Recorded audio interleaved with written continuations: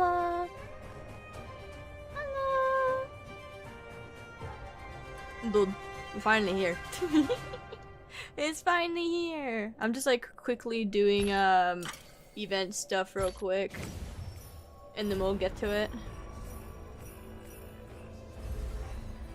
Oh, okay, that one. Middle, left, right. Middle, left, right. Left, middle, right. This one. That's so cute! Konbanwa, konbanwa. O genki desu ka? I hope everyone's doing good.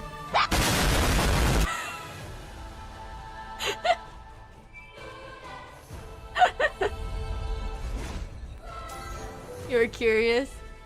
Yeah, I have quite a few new redeems.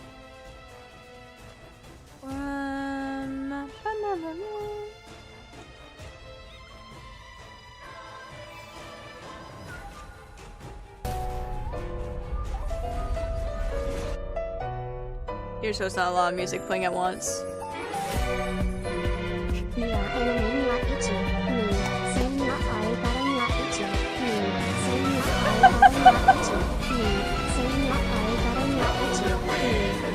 The voices! The voices! Ah!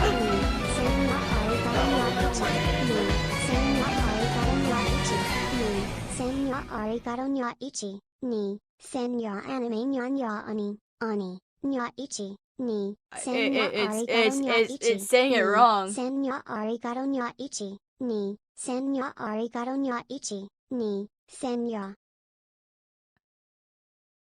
1, 2, 3, nya? Arigato! Yes. Anyways. Hi! Thank you for the bits. Thank you, Otaku. Alright. Welcome in, Big B. Thank you for redeeming first. Also, hi, Otaku. Thank you for redeeming second. Also, let me scroll up. Hello, Femboy. The Femboy VrChat. Welcome in. Hello. Hello. We're playing Love in Deep Space today. As you can see, I did get Caleb's Mythic. I did get it. I'm excited for it. I'm also a little scared. I'm just hoping for no incest. I don't want to have Sweet Home Alabama like we did last time, please and thank you. Just give me a nice Mythic where I get emotional and I cry. Thank you. And there's a little bit of like spice and stuff, and that's romantic, you know. We're good. That'll make me happy. MLG the fastest cherry with golden wind and IRL cracks. Roommate uncle moved in with us. He has 4 chihuahuas. Oh, 4 chihuahuas. Yeah, chihuahuas, they can be, they're yappers mainly. Yeah, that's all you have to worry about. They're just yappers. They'll only be aggressive if you raise them that way. That's how it is with any dog. They'll only be aggressive if you condition them that way. Oh!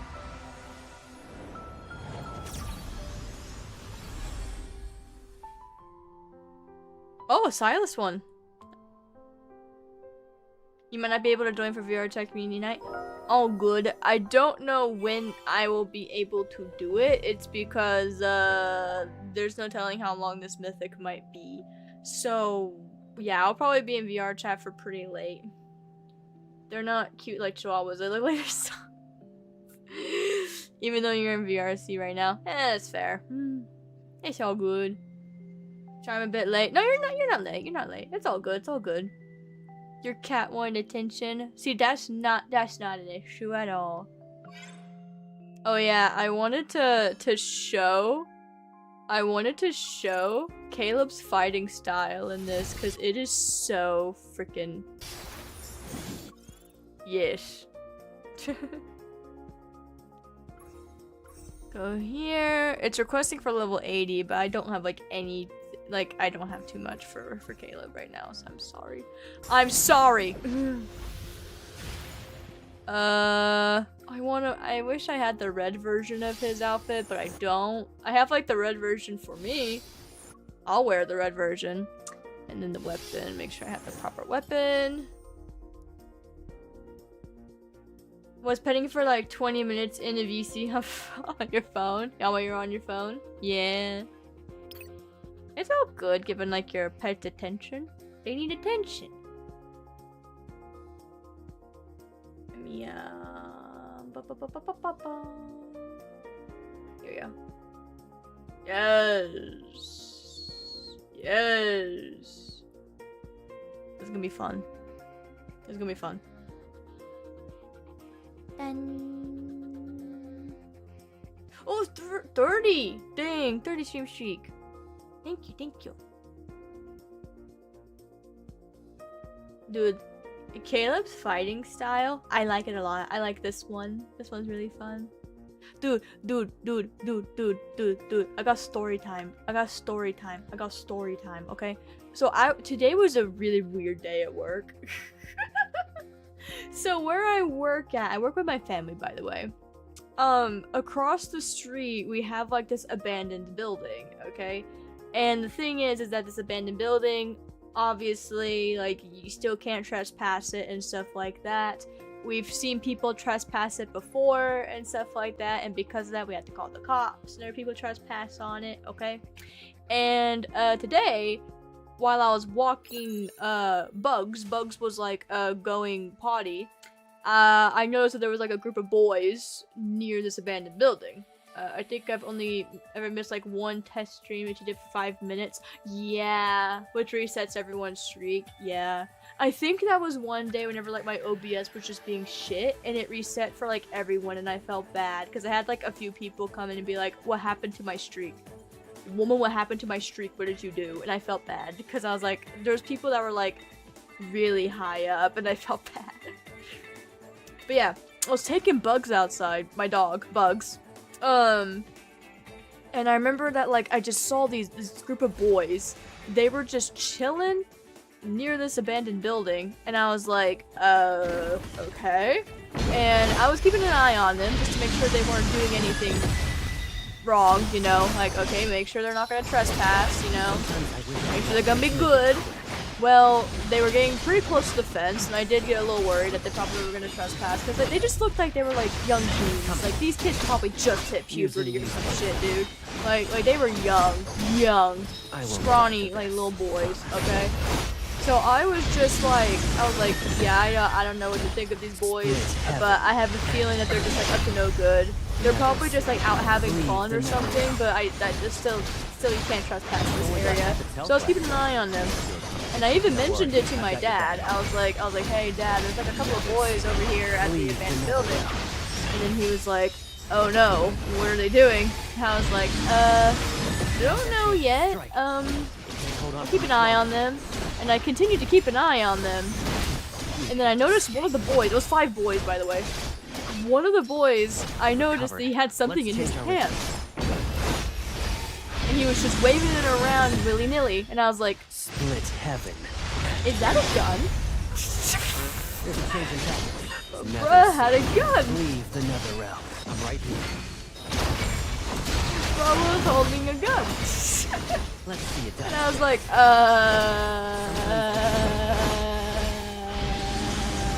Now's our chance to strike. Why is he holding a gun? Like, I was like, and he was shooting it at the abandoned building, and I was like, all ghosts will serve.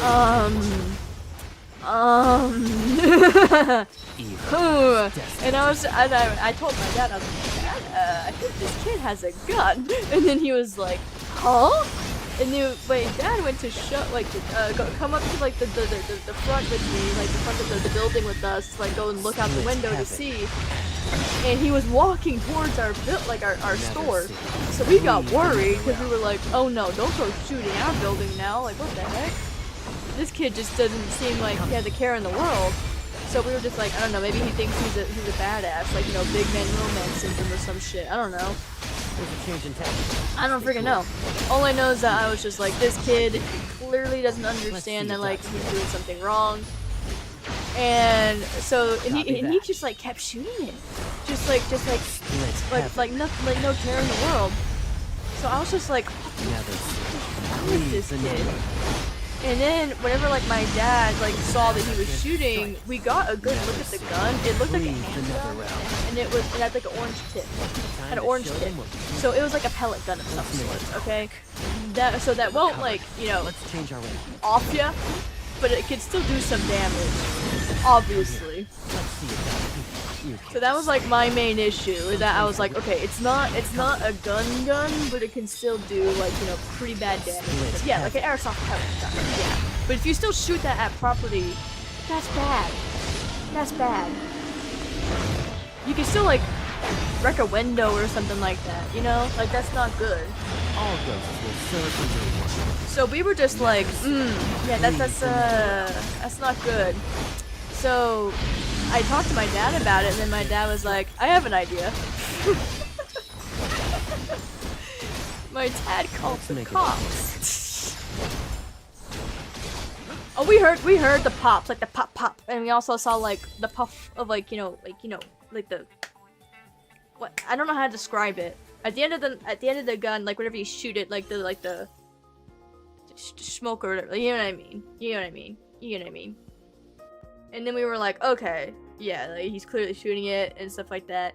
Yeah, did not care. So yeah, my dad was like, I'm gonna call the cops on this guy. And I was like, really? You're gonna call the cops? Then he was like, yeah, cops will teach him a lesson. Maybe a cap gun? No, it actually like shot. It was a pellet gun. And then my actual powder have an orange tip. Yeah, it had an orange tip and actually shot. And I remember that my dad like called the cops and said like, oh, there's like this kid that's like going around waving a gun like he's freaking like a freaking idiot and shooting things and stuff like that. And the lady at the dispatch, she was like, wait, he's actually shooting it? And then we were like, yeah, he's shooting it at property and stuff like that. And is also shooting it in like in a median area, you know. Hello, Wonk. Wonk, I'm talking about the story that happened. Wonk knows because I talked about it earlier. Also, thank you for the tier 1 sub for 6 months. I hope you're doing good, Wonk. Cause I think this story is funny. Bought what thing? What thing did I buy?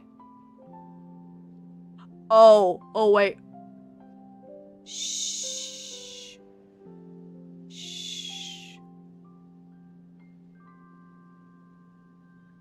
I'm not proud of it. Okay, shut up. Look at him though! Look at him, isn't he pretty?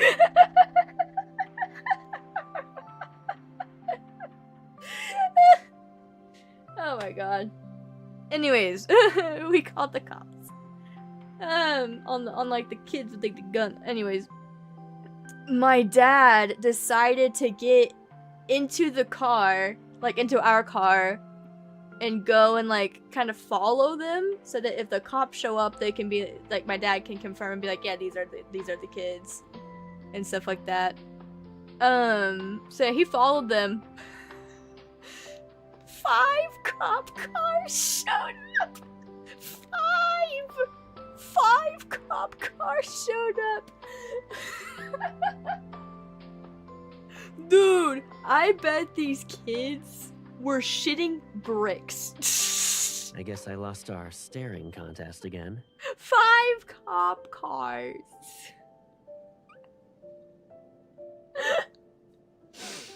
Oh my god. And yeah, and 2 police officers showed up, went up to my dad, and they were like, were you the one that called? And my dad was like, yeah.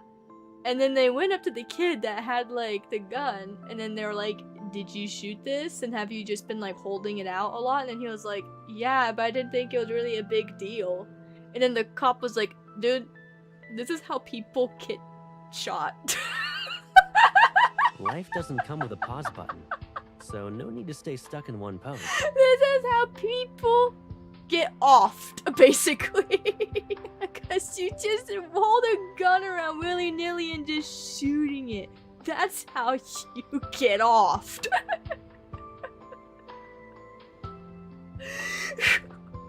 And And the kid was like, I didn't think it was that big of a deal. And then the cop was like, dude.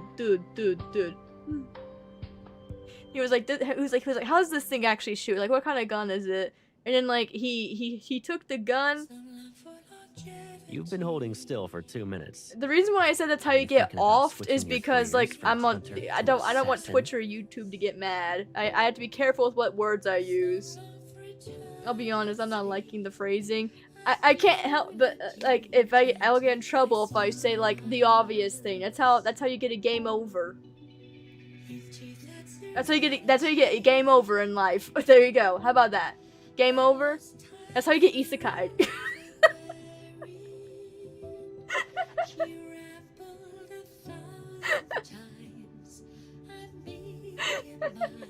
We really do have a great connection. No! Even our daydreaming is in sync. Getting off in a mission success, not a game over.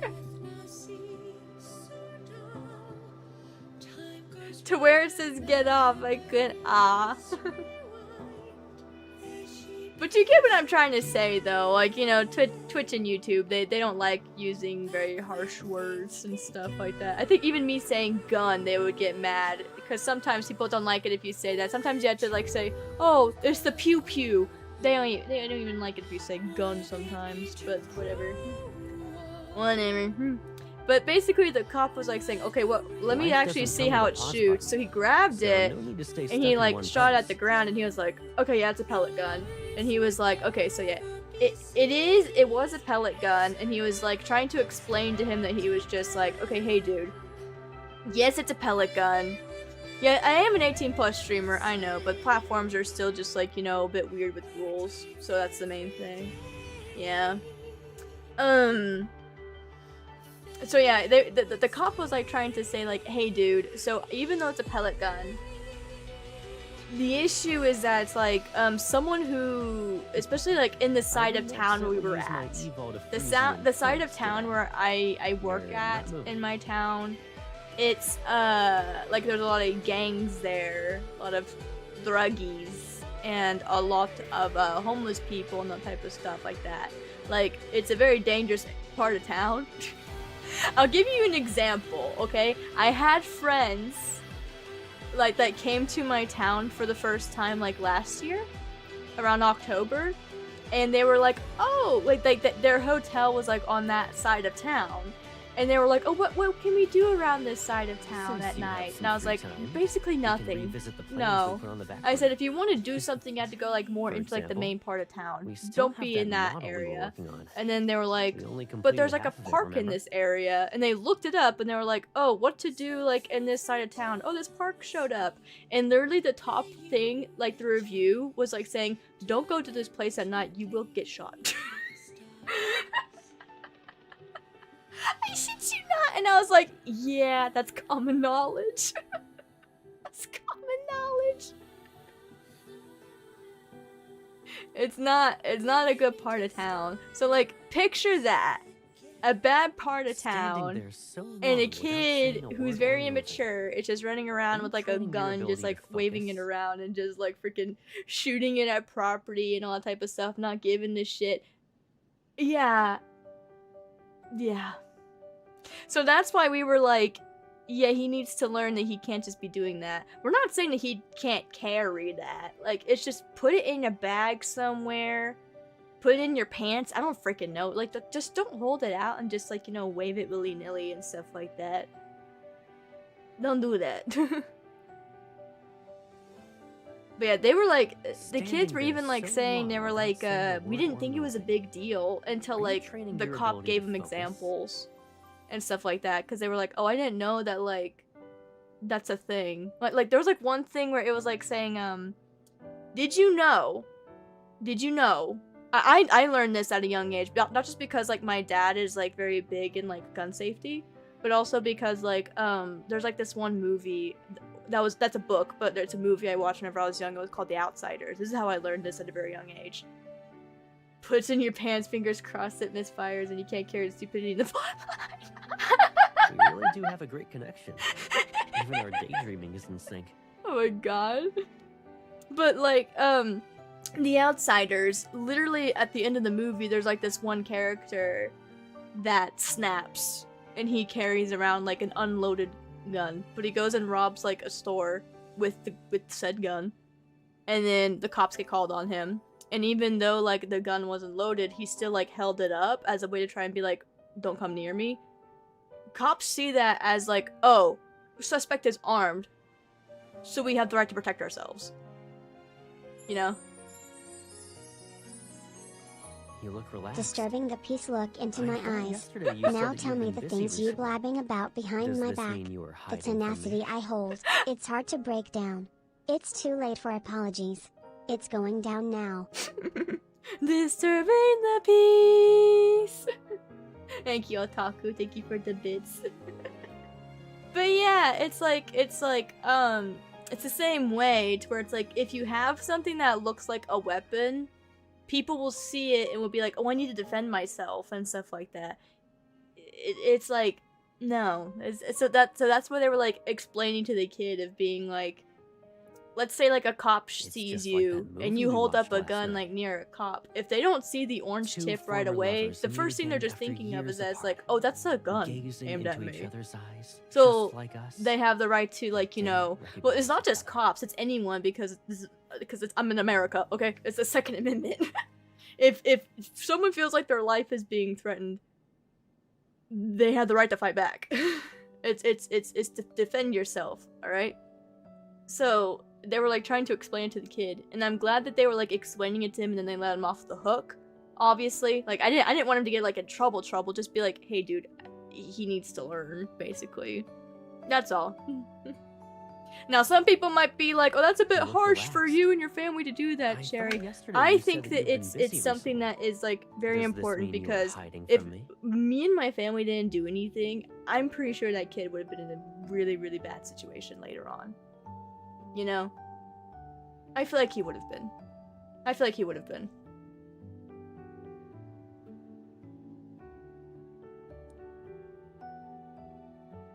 Yeah, parents didn't teach him right. No. It's like I just didn't want like those kids to get in a really bad situation. That's all. So that's why I was like, they need to learn. I guess I lost our staring contest That's again. all.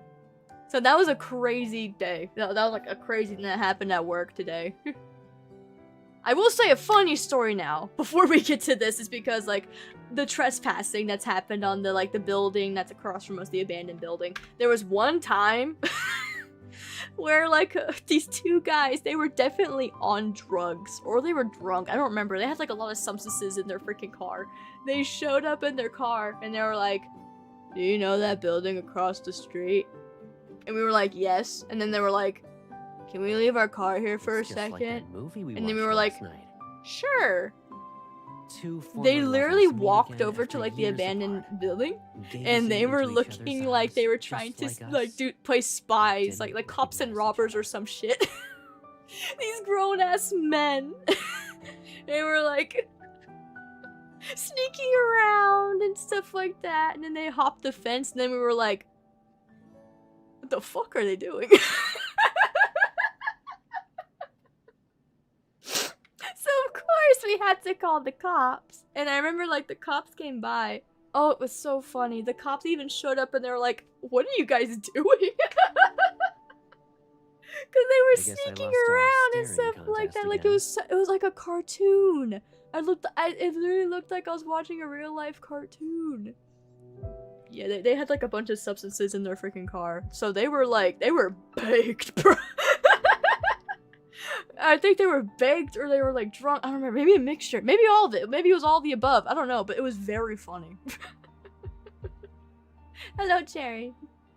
I love too far out to the country for those problems. Nah.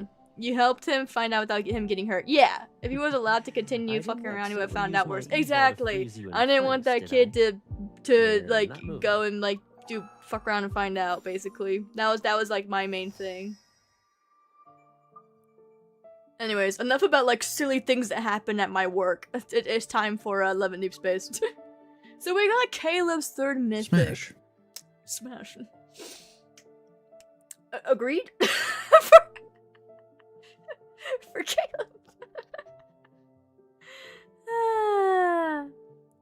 night, bound by the nether, the way is lost, cold runs the water, longing remains. By the way, I don't know how long this will be. I don't know how long this mythic is going to be. So I don't know when a VrChat community night will happen. But I will notify in the Discord if the Love and Deep Space is not your thing. So, yes. Just the incest one. I think it is. I mean, it's okay. So let me say this right now. The community is a little bit split on this mythic right now, okay? From what I have seen and what I have heard. I haven't been spoiled what's in this right now. All I know is that there's a lot of people in the community that are very split. Because there's people saying that this is incest, and then there's people saying that it's not. The main thing I'm just hoping for, like okay, because I believe that, because as far as I know, MC and Caleb, they're not blood related. They're not blood related at all. They were raised in the same orphanage. But in this past life, with the two of them, there's people saying like, hey, they probably were born in the same womb. So we have twins.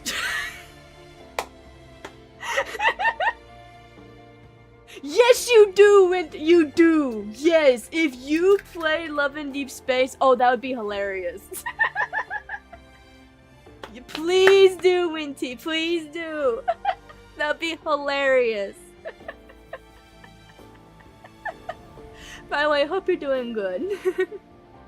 But yeah, the community is currently split because of this. Because I mean, I don't know. I've only heard that there's people saying that this is incest. I've heard people saying it's not. Like, I don't know. I don't know. But I'm scared. I have none of the Gamba gacha merchandise and wifey horse girls. Why not men? True. This is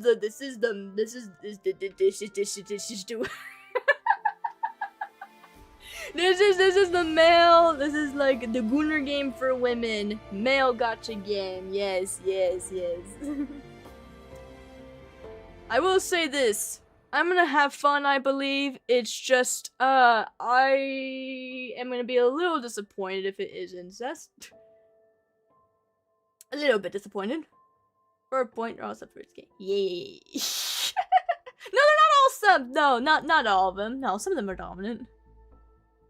Sadly, no yaoi in here. I mean, I also play for the man and Honkai Star Rail because they're so hot. Oh, fair. Yeah. Fair. Dude. Okay. So, I think I mentioned this to you yesterday, Winty, that like, I have someone, I have a few people in my community that want me to play, Nikke. I'm going to. It's just, I said I will when I get caught up in Love and Deep Space main story, which is pretty soon. I'm like close. I'm close. Okay? I don't know how much of it I'm gonna play. I don't know. But I do know that the main reason why I'm playing it is because there was a bet.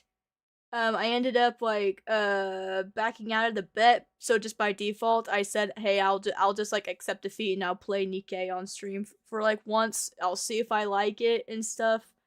But the main like game I'm gonna be playing next, like the main gacha game I'm playing next once I'm caught up in Love and Deep Space, as I promised I was gonna play Honkai Impact the Third, because that's like my baby. That's like my favorite whenever it comes to MiHoYo games.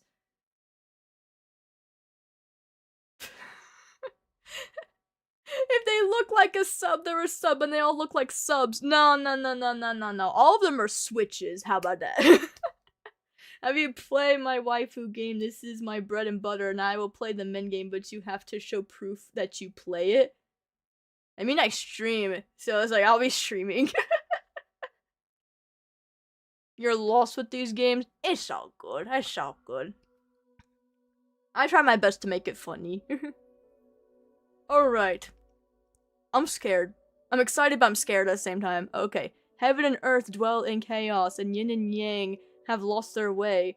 While the day belongs to the mortal realm, where the living may roam, the night is claimed by the nether realm, where ghosts run life. Humans shall not venture forth in the darkness, nor shall ghosts walk in the light. Oh. Oh, okay, I see, I see. Thus the world of mortals is bound to the eternal day, and the realm of spirits is in the perpetual night. Okay.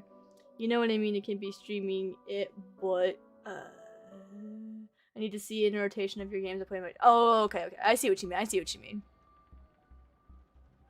I wasn't pay attention. Yeah. Please do check out, Winterwolf. Please check them out. Please check them out. Twilight smothers the sky. Clouds swallow the last ray of sunlight, and the mortal realm sinks into darkness. Help! Please stay back! Don't eat me! There's a random dude. Okay.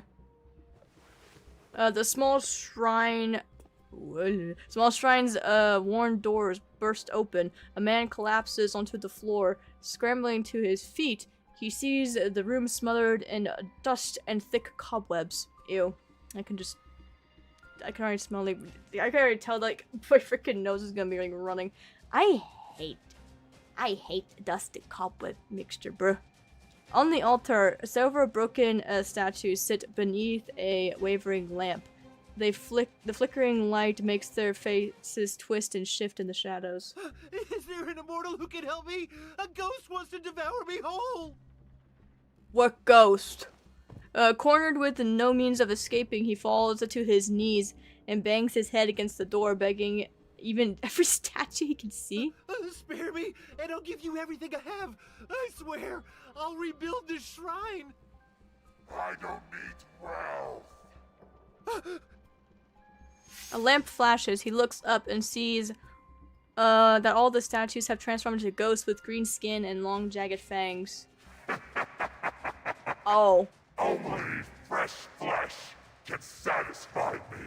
Well, that means this random dude that we just met is gonna die. If a ghost eats you whole, would you just fall right through them? Fair point. Yeah, okay, yeah. Alright. The world of mortals is now part of our domain. Uh-oh. You can't run away forever. Come to me. Let me eat you. Well, goodbye, random dude. Goodbye, random dude. Oh. The shadow vanishes and candlesticks soar. They pierce the ghost body and pin it against the pillar. Bro wants us to come to The dim lamp flares and the cyan flame burns. Another light up and then another. Another one. A ghostly light manifests as if someone walks or descends steadily towards the shrine. A realm for mortals. A domain for ghosts. I don't remember a mere flesh eater being the one to decide everything. Hello, good sir. You're bold, I admit. Very few can stand before me while bearing an endless stream of sins. Hello, good sir. Oh, thank you for the stream. Hi, Half. Hello, Half. A golden lotus petal floats through the smoke and suddenly coils around the ghost's throat. It tightens. Also, hi, Stinky. Thank you for the stream shriek as well. You'd like to die sooner rather than later? Yes. I'm here for the uncomfortable cringiness. Oh, yeah. We're gonna have that for sure. A scent of lotuses, albeit peculiar, permeates the air. Sorry. Just lots of very intense vocabulary. The faint lights reveal the faces of the statue situated in the highest position. It's expressionless, yet it seeps an imitating aura. An immortal is actually here. Wait, so Caleb's an immortal?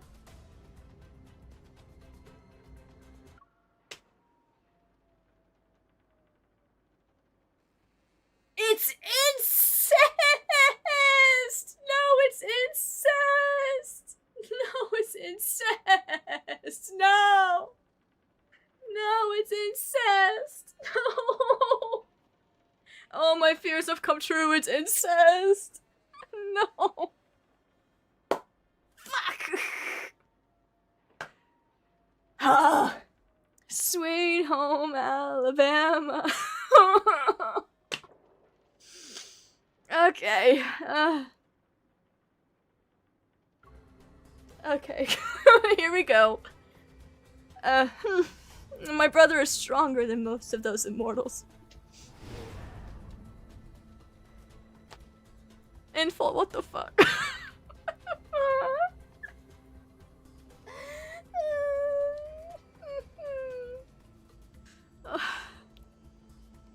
In this genre, I didn't know the writers were supernatural fans. it's a common trope. Okay, let me give a little bit of like lore. There's like a Chinese folklore or something like that. I don't remember, but it talks about like the first ever humans that were on Earth, and it was twins, and it was about like the split between like the living and like the living world and the dead world and stuff like that. And it's supposed to be like a very, very like harsh like tragedy or something. I don't remember like the full like folklore, but people were saying that this is an inspiration of that specific folklore. This story of MC and Caleb is that they're twins. They're like the first people on Earth, and they eventually do get married. Like, you know, like this is like the folklore. By the way, this is the folklore. It's that they're twins, and the twins get married, but eventually, like, the whole entire thing of, like, life and death, like, type of thing, you know, they had to split. Yeah. That's, like, a Chinese folklore, that the first two people on Earth were a man and a woman that were born of the same, origin, which was, like, a womb that was in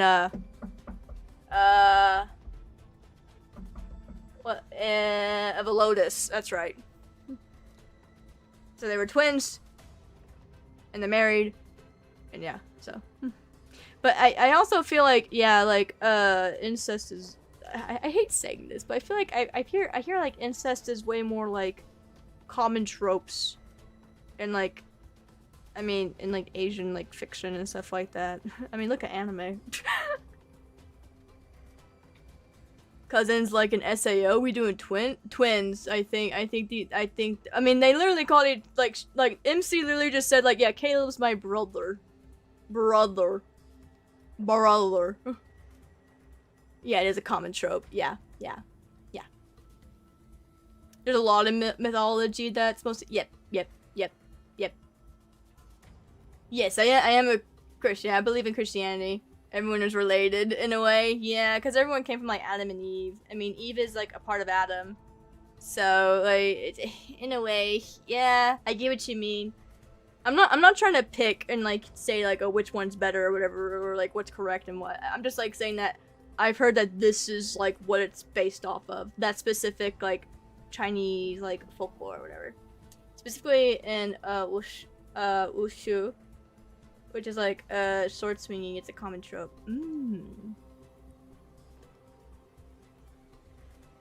Well, Adam and Eve's it was Cain and Abel.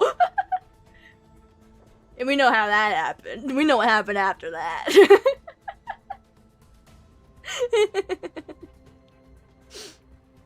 But yeah, I get what you mean. Alright. Never mind, like, the dawn of time and, like, how things happen. Me personally, I don't want incest. Dude, it's like I have a brother, dude. I wouldn't want to date my brother. I wouldn't want my brother to date me. That's basically what I'm getting at. I don't want that. I don't want that. So I don't want it in my romance. Anyways. So now that we know right off the bat that this is going to be incest, let's buckle in. Sorry, I've yapped enough. Alright, having watched long enough from the shadows, I float towards the man. In this world, who can scare those evil ghosts and make mortals panic. The Lord of the Netherrealm? Oh, thank you, my lord. I'm grateful that you two saved me. Dude, not only is he my brother in this, but he's also the freaking Netherlord. Lord of the Netherworld, bruh. What a shit. The whole trope, though, is that you do incest to keep the bloodline pure and strong, since many families, in those novels, nature's, powers through their bloodlines. Yeah. Yeah. I've heard that, too. Your soul isn't pure. Pity. You rather deny your villainy than confess to it, yes? No! I'd never... You don't have a pure soul, good sir. Your soul won't be able to reincarnate. Maybe you can be useful elsewhere. I clap my hands. The ghost falls from the pillar and lies on the floor. It doesn't run. Rather, it stares at the man and hunger clears its eyes. Perhaps I'll let the ghost eat you. Then I'll devour it. I eat ghosts? What? Wouldn't that mean your death wasn't in vain? No! But once I've gotten my fill of seeing his dread, a lotus petal brushes the tassel beside my hair. What? MC's rude. Oh my god, in this past life, she's rude. Stop teasing the poor fellow. Sorry, even I'm like, why? What's she doing? He only has a few moments left to live. He knows his end is nigh. Ah! Alright. Let's deal with the ghost. Another trope is that MC saves the female who is uptight to the first encounter. But the second encounter, she wants 7 kids. Oh my god. The ghost attempts to flee, but I leap and summon the soul guide bell. The bell resounds. Oh, the toll resounds. The ghost freezes and clutches its head before letting out a weak, dying whimper. Call out to Caleb. Caleb! It's my brother! Cold light cuts the darkness and opens a large rift, pulling the ghost into its depths. I want a woman that wants 7 kids. Well, if that's what you want, that's what you want. Yeah, chapter 700, he has 10 what the oh my god. I give the man on the ground a knowing smile and jump into the rift. Ooh! Common trope. Wild, bruh.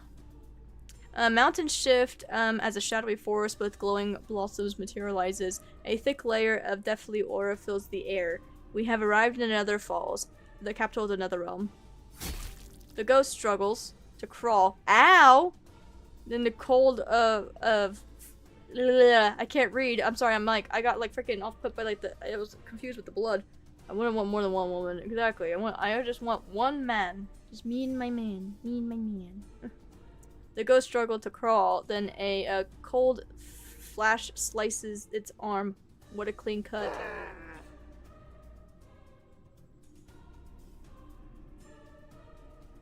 I swear English is my first language. It's just that sometimes reading out loud is tough. Cutscene! Oh, wait. I couldn't read. That goes by so fast, bruh. Hang on.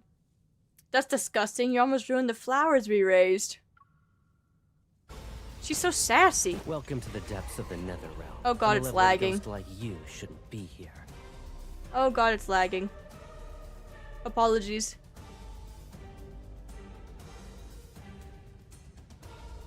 Okay, summon the soul guide bell. Be quiet. I'll send you off now.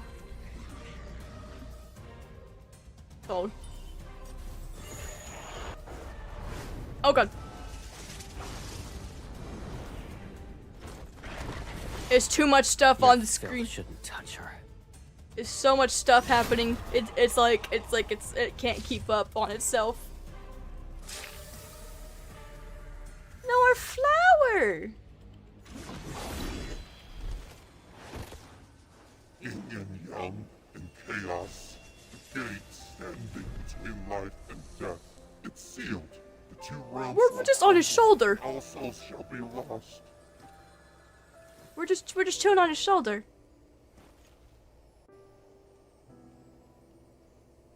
We're just chilling on his shoulder. Also, how's the audio? Is it too quiet? Is it good? You add extra words to my comments often. I know you... Mostly English. Audio is good. Audio good. Audio good. Okay. This is we're quick into getting into a cutscene. Alright. I wasn't expecting us to get into a cutscene this fast. Here we are.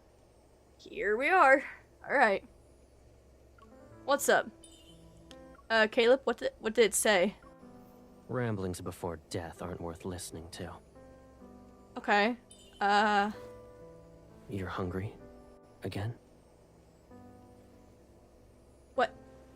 Patience. The power in its soul beat is not very strong, but it'll do as a little treat for you. What's up? You have read what I've typed as different sentences multiple times. Why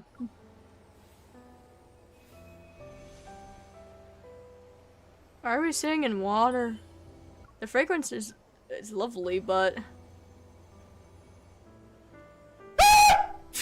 Did I jump scare you? Yes, you did. Yeah, I bet I did. Bruh. Okay.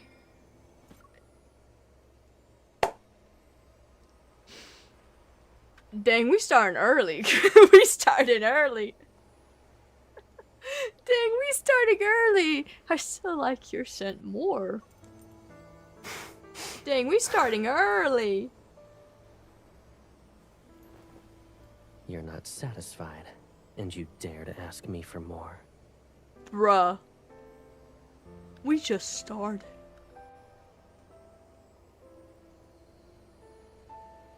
You never do jump scares in horror games, it's too obvious. It's fair. Okay, that's fair. What I'm concerned with... They're already about the incest. Dude, we just started and we're already getting into spicy spice. Huh? Huh? Alright, okay.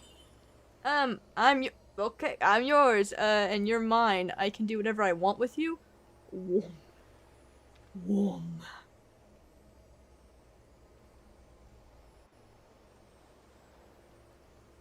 They got us since before they were...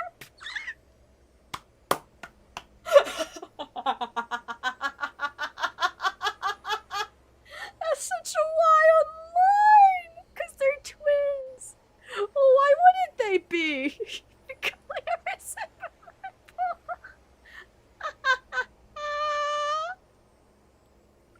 Oh my god. We are the most closely bound souls in this world. Okay, sure. We can indulge in our heart's desires without restraint. No, no, no, no, no, no, no, no, no, no, no, no, no, no, no, no, no, no. I'm very concerned. Sweet home Alabama. You've reached your limit. Of cringe, yes. But I'll give you What? What? What? more than this. Good sir. I missed the timeline when we're not related. I missed the timeline when we're not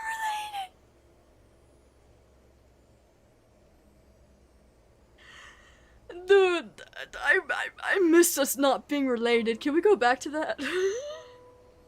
Okay, transferring you, sure. Who said I can't? What she said? That's too fast. Who said I couldn't take it?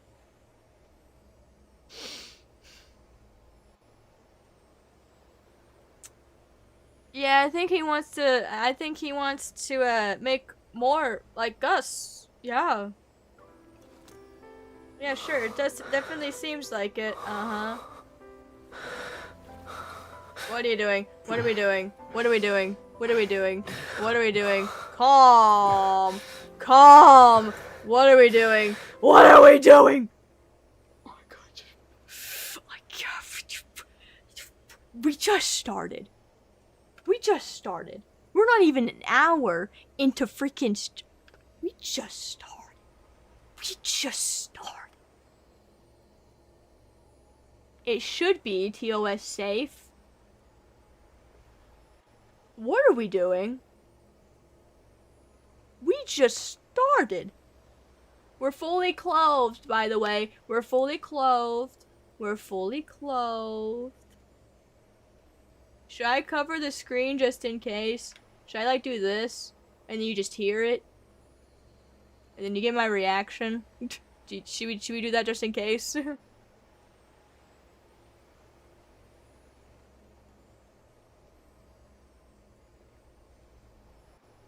That might be worse. That's fair. They are wearing clothes.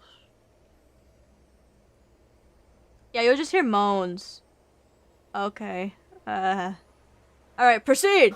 Sweet home Alabama. Only you can set me free from my shackles. You have shackles? What? Sweet home Alabama, where skies are so blue. They're not blue here. Or why are they? I thought they were purple. The shade of blue.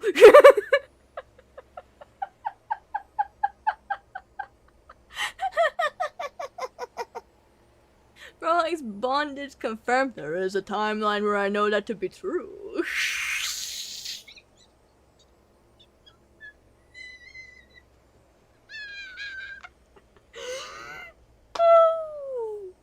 Unless they're like this forever. We'll never be apart like this forever? Bruh. Of course. Bruh. I'll offer my baby sister everything she's wished for. No! No, no, no, no, no, no, no, no, no, no, no, no, no, no, no.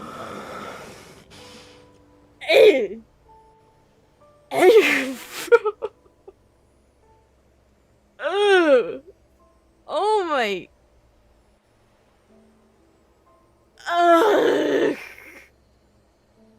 Freaking like. The full. Yeah, this hurts. This hurts. I miss the timeline when we weren't related. I miss that timeline. I miss that timeline when we weren't related. Info, please. Info, please. Please. Which one of the queens on the set let this happen? Who let this happen? Hi, Jack. Context? Incest is happening.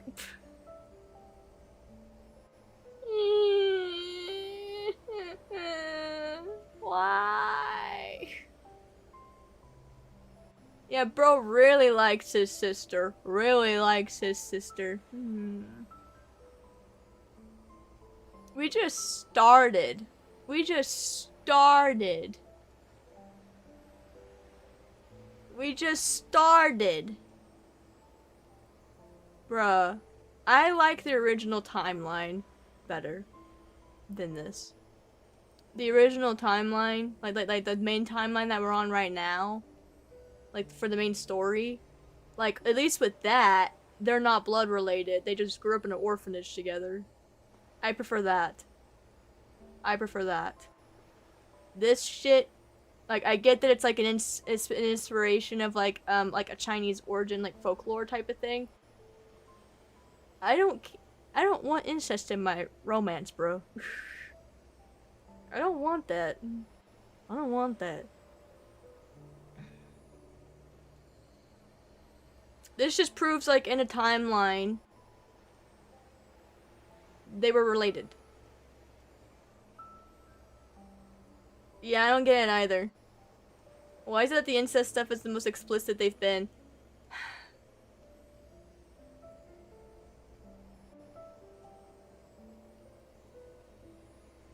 Dude, there's literally a timeline where Silas is a dragon. I'd rather go there. I'd rather go there. And fuck Silas Dragon than this. I'd rather go back there.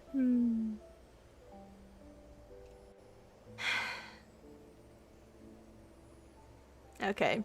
With the rising sun and the waning moon, the world turns its endless cycle. Yeah, dragon. Dragging these nuts across your face. I'll do it for you. Anyways, the world turned into the endless cycle between the mortal realm and the nether realm. Okay, while the mortal realm drifted without a ruler, the nether realm was held in its grip. A pair of siblings. Yeah, a pair of siblings. Together they presided over the depths. Wardens of the departed souls and scourges of the man-eating ghosts ravages the land. From their domain of the light, there's nether falls they walk, veils between the two realms, revered in the living in the lords of the nether. Okay. Oh my god. Only later did it come to know that those two lords were my big brother Caleb and I. Lovely. Oh my god. Dude. Dude. Dude. The thing is that in the current timeline for like the main story that's happening right now, I love MC and Caleb's whole entire dynamic. I love it. I love them together. But this shit... Now I see why the fandom is divided right now. People are pissed. People are pissed. I have forgotten when I first came to the Nether Falls, or why I became the Lord of the Nether Realm. Who was I before it all began? Not related to Caleb, I know. I've only known one thing, that I must remain by Caleb's side forever. If he was to rule the Nether Realm, then I would be the other of its lords. If he was to slay the man-eating ghost, then I would learn to kill. I'm not having fun. I was excited for like... Cause Caleb is like my third favorite, okay? He's like in my top 3. This is why it's affecting me so much to be like, I'm not having fun. I'm not having fun. I'm not one for incest, dude. I'm not. For countless years I have been my brother's inseparable shadow, aching with a single wish for our time together to never end. Wasn't he your least favorite when you first introduced me to this game? Cause I thought we were related. I thought we were always related, but no, we're not. In the in the main story, right now, like in the current timeline, they're not related. They're not related. They just grew up in the same orphanage together. So once I learned that, I then gave him like a little bit more of a chance, and then I realized that I liked how he is in the main story. But this past life, like this is canon. This is canon. This story that we're looking at right now, it's canon. This has happened in a past life. So in a past life, MC and Caleb were related at some point in time. And they were madly in love. Incest. I don't like incest. That's why he was like my least favorite, is because I thought that it was just it was always incest. No. Not in every timeline. No. At least I don't think so. If it gets revealed that it's always been incest, then I'm just gonna be like, yeah, I'm sorry. You're gonna get back into last place, Caleb. You're a nice looking guy. I like some of your interactions with MC, but it kind of like leaves a sour taste in my mouth if it is incest. Here's what I've noticed. People who have IRL siblings tend to not like incest stories. That's exactly why. That's exactly why, because I do have a sibling. I have a brother. I can't, no. I can't picture myself, no. When she says she loves you like a brother, but she's a Chinese romance fan, oh my god, ew.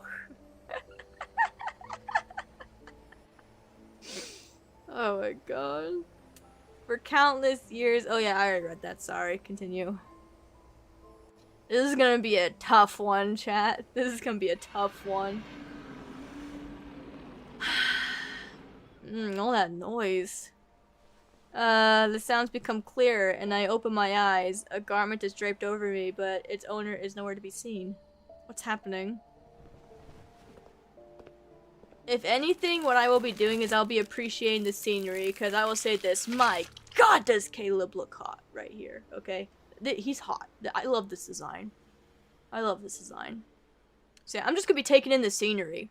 I'm not really gonna be like enjoying this timeline.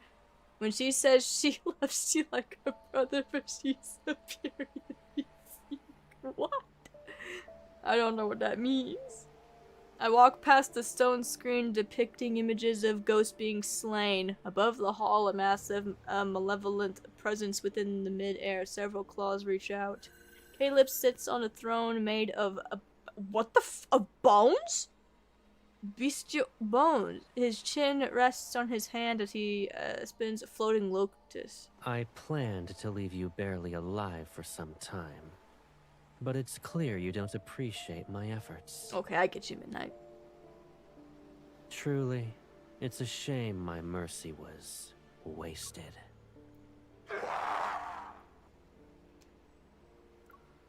That didn't Caleb and I capture it before? A month ago, Caleb took me to the northern What mountains. are you thinking about, Pipsqueak?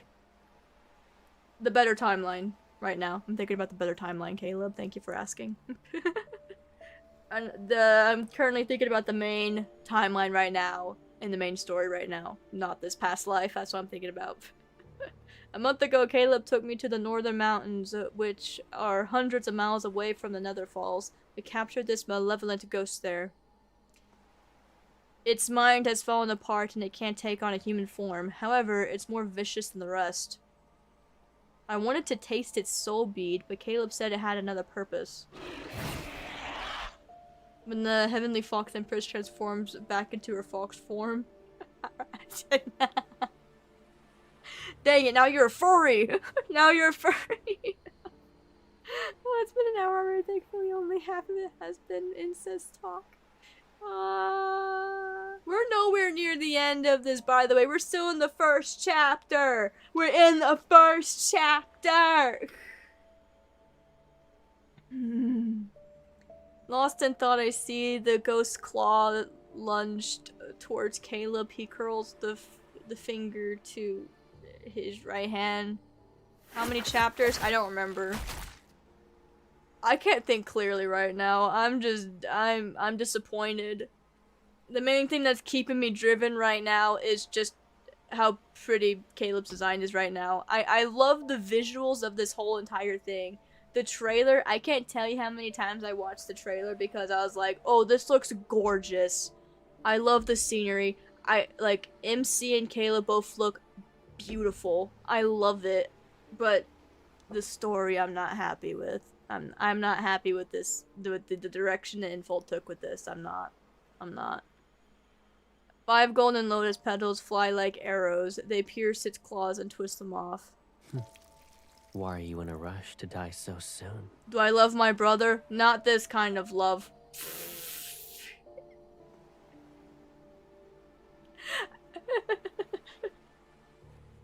Not like this. I know you deleted it, but it's like, I know that you're probably just joking, so it's like, I know you probably didn't mean, like, anything bad by it, so it's okay. But, like, yeah, not like this. Not like this.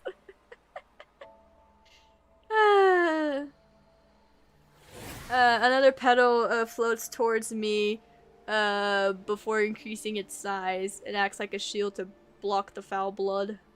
Caleb. Come.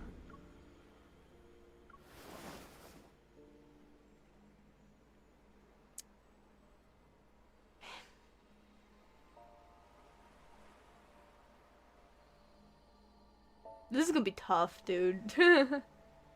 Okay, the petal coils around my waist, lifts me and places me into Caleb's embrace. He remains composed. Lotus petals curls like beautiful, dangerous blades. A cold, unsettling aura surrounds. You're gonna go for a bit, then you'll turn. Okay. Cold, unsettling aura surrounds the strange markings around his arms. He's normally quick when it comes to killing ghosts. Is he waiting for something?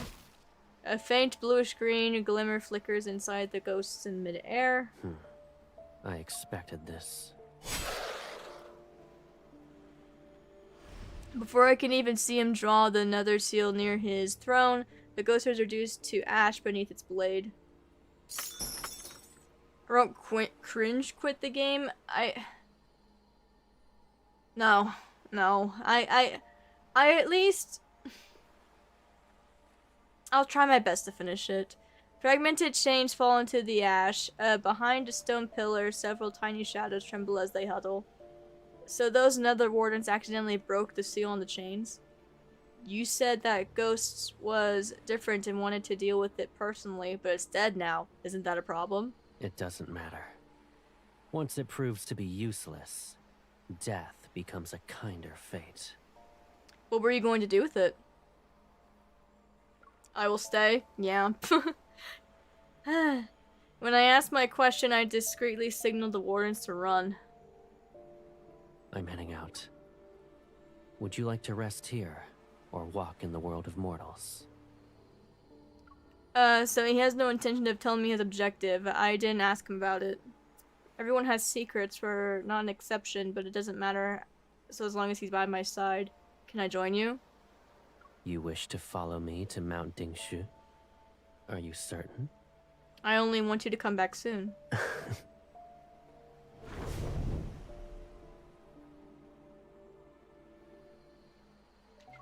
Mount Dingshu, I hope I said that correctly. Stands at the end of Nether Falls. Its peak holding a world's yang energy.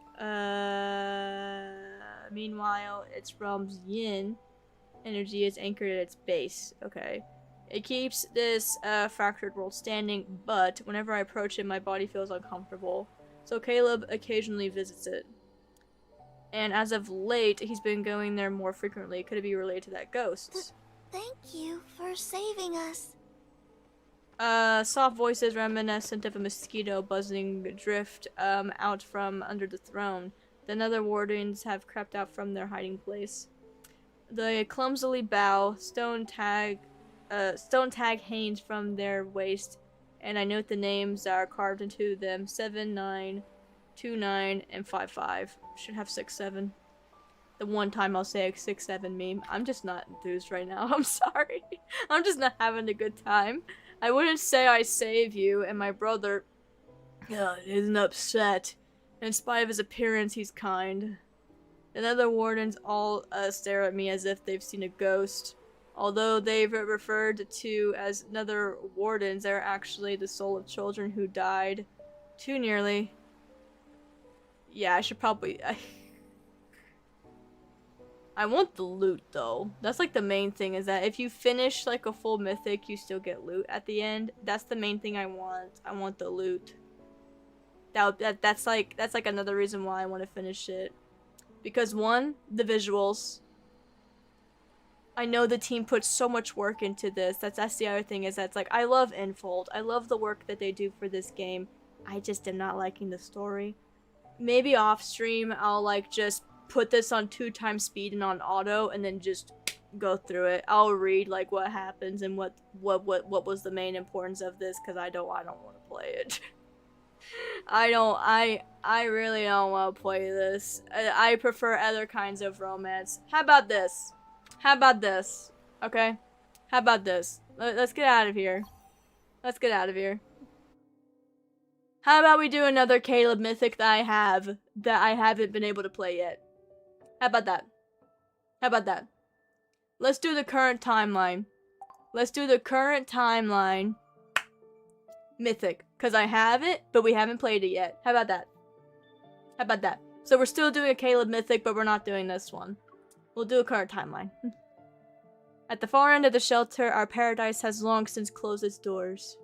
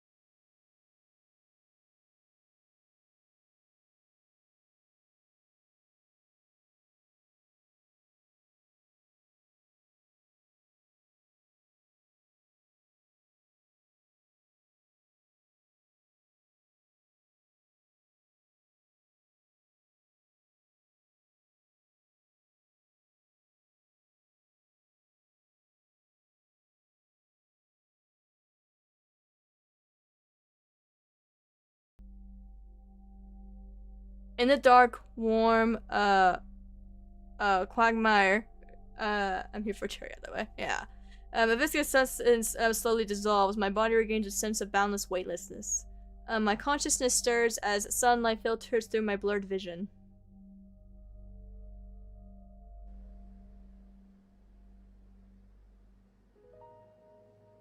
Where am I? This place feels familiar. How'd I end up here?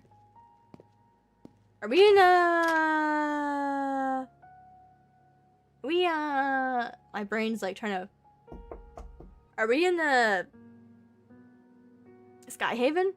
I still don't care much for this game lol, but it's fun to make jokes about. Yeah, it's like, I get that it's not for everyone, because I have like a lot of I've predominantly like a male audience, so I get that this game is not going to be like fun for everyone in my community, because this game is geared towards women.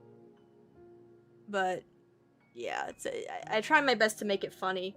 I can't make that thing funny. I'm just gonna be uncomfortable the whole time and just like, you know, not wanting to play it. Anyways, gentle footsteps echo outside. They're followed by a soft creak of doors opening. Hi, Caleb. The proper Caleb. Yay. Your fever's gone down. Just have some more rest. I asked the association if you could take sick leave. So, whether you want to rest at home or walk outside for the next few days, I'll be by your side. Also, please do let me know if the audio needs to be adjusted. What are you talking about? What are you talking about? He looks better when he's not grabbing his sister and moaning. In this timeline, we're not related. We're not related in this timeline. In this timeline, we just grew up in the same orphanage. And he's just been there to protect me ever since we were kids. That's all. That's all. We're not brother related, though. Sunlight streams over the windowsill, yet the familiar face before me appears as if he's submerged in dark water. It's okay. It's okay if you forget. Even if you don't remember anything. I can always say it again. He lowers his head and gently grasps my hands, his gesture almost tinged in reverence. I'm Caleb. Sorry. I'll always be... A buzzing noise suddenly fills my mind and overwhelms other sounds. I shake my head and touch my forehead. There's a thread-like crimson wound on the inside of my arm. Ow. My mind feels sluggish. It's as if someone important that shouldn't have been forgotten was buried beneath a veil of empty ambiguity. A little bit of like backstory. In the main story, Caleb, we were at the same house. When you marry your adoptive sibling and they take a DNA test and find out you both share the same dad. Oh god, no. No, in the main storyline, both of them were orphaned. Not blood related. Infold made that kind of like a thing early on. Not blood related, but they just grew up in the same orphanage. And he really cared for her, and he loved her ever since they were like little. But because he was like a protector for her and stuff like that, MC saw Caleb as like an older brother figure, but he didn't ever saw her as like a little sister. He always loved her. So that's like the dynamic between them in the main story. Not blood related, you know? It's kind of like what Caleb is worried about is him being like, hey MC, so I actually been having a crush on you all this time, and her being like, sorry, I see you more like a brother, you know? He's worried of getting the brother card of like, sorry, I like you like a brother, you know? That's like the tension and like the dynamic between the two of them in the main story. And whenever they like grew up together and stuff like that, there was someone at the orphanage that felt bad for them and decided to take them both because they both were just like inseparable because of just like, you know, they both took care of each other during the orphanage. And so it was like an old lady, she took them in. The house exploded, only MC survived. She thought that Caleb died, but then he showed up again like later. And he's like the freaking colonel of the far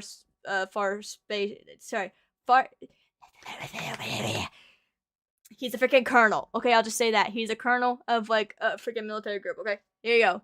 So, and he seems different. So that's what this is. This is the lore. Boom. That's the lore. Boom. Main story lore. There you go. You're up to date now. What happened?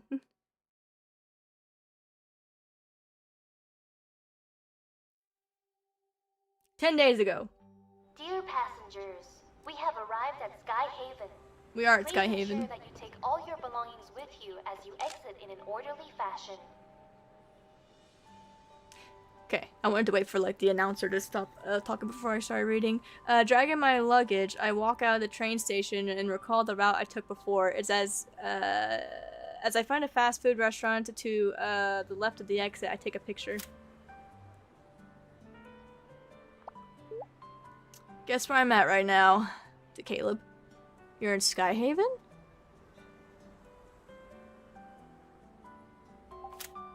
I turn off my phone screen and shift my gaze. The fast food restaurant's glass wall reflects my silhouette. The last time I came to Sky Haven was for work 2 months ago. I secretly infiltrated the Far Space Fleet so I could investigate the whereabouts of the Aether Core Fragment. I do remember this. Yes, I remember this. So yeah, Caleb is the colonel of the Far Space Fleet. During that mission, Caleb, who became the fleet's colonel, reappeared before me. Immense joy plunged me into a bubble of reclaiming what I had lost. However, as time passed, I learned more. Caleb's changed behavior and attitude distanced him from the image of my memory. Though we've recently found a new way to get along, I still can't help but wonder what secrets lie hidden from an unfamiliar colonel uniform. It's the chip. It's the torrent chip. I think it's if I remember correctly. You should have given me a heads up. Still like to do surprise attacks, huh? You always appeared in Lincoln without telling me in advance. Why didn't I do the same? Oh, why can't I do the same? But you were quick to show up. Caleb, you already knew I was visiting, right? Or maybe I was so excited after I saw your message that I stepped on the gas. Jesus. Speeding and knowingly breaking the law? I hope you know what your name's Colonel. Yeah, I know. I was waiting for you to arrest me. Me arrest you? What?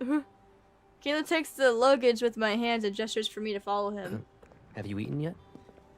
I was planning to drop off my luggage at the hotel first. Caleb, aren't you supposed to be on duty today? What about you? You got a day off and decided to take a trip to Sky Haven? Okay, half a month ago, the Hunters Association assigned me a special mission. The Far Space Fleet requests a hunter's assistance in detecting metaflux from one of their secret missions. For work and to be closer to Caleb, I secured this opportunity. I made sure to arrive in Sky Haven one day before the mission starts. Our shadows begin to meld together in the as we walk. I hesitate before deciding to keep this to myself for now. Yeah, I took a day off to see you. You should be teary-eyed since that's the next step in the protocol. In the docking area, Caleb stops beside his personal aircraft. Since you came all the way here for me, you need to play along with my plan now. Let me take you somewhere first. Okay, where are we going?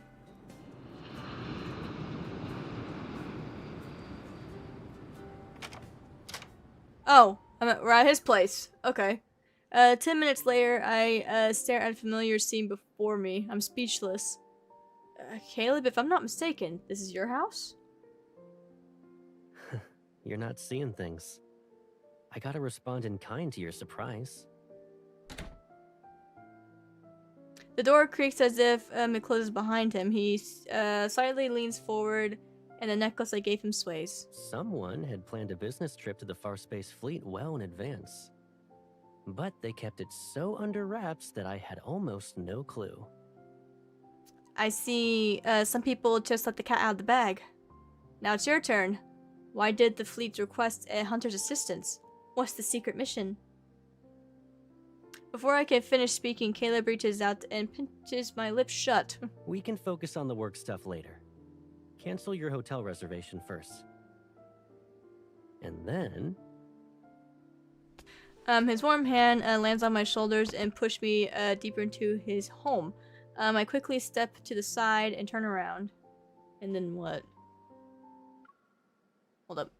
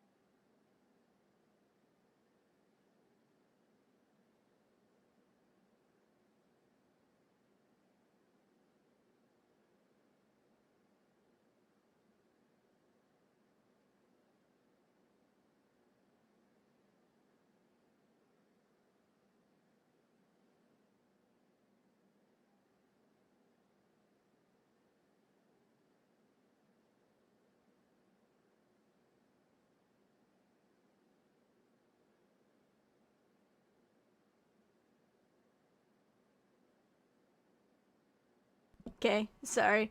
It's family I have in like in Oklahoma. Yeah. There's like a or tornado near them, so that's what my dad was like telling me about. So we're in contact. We're in contact with them. They seem okay. It's just that like yeah.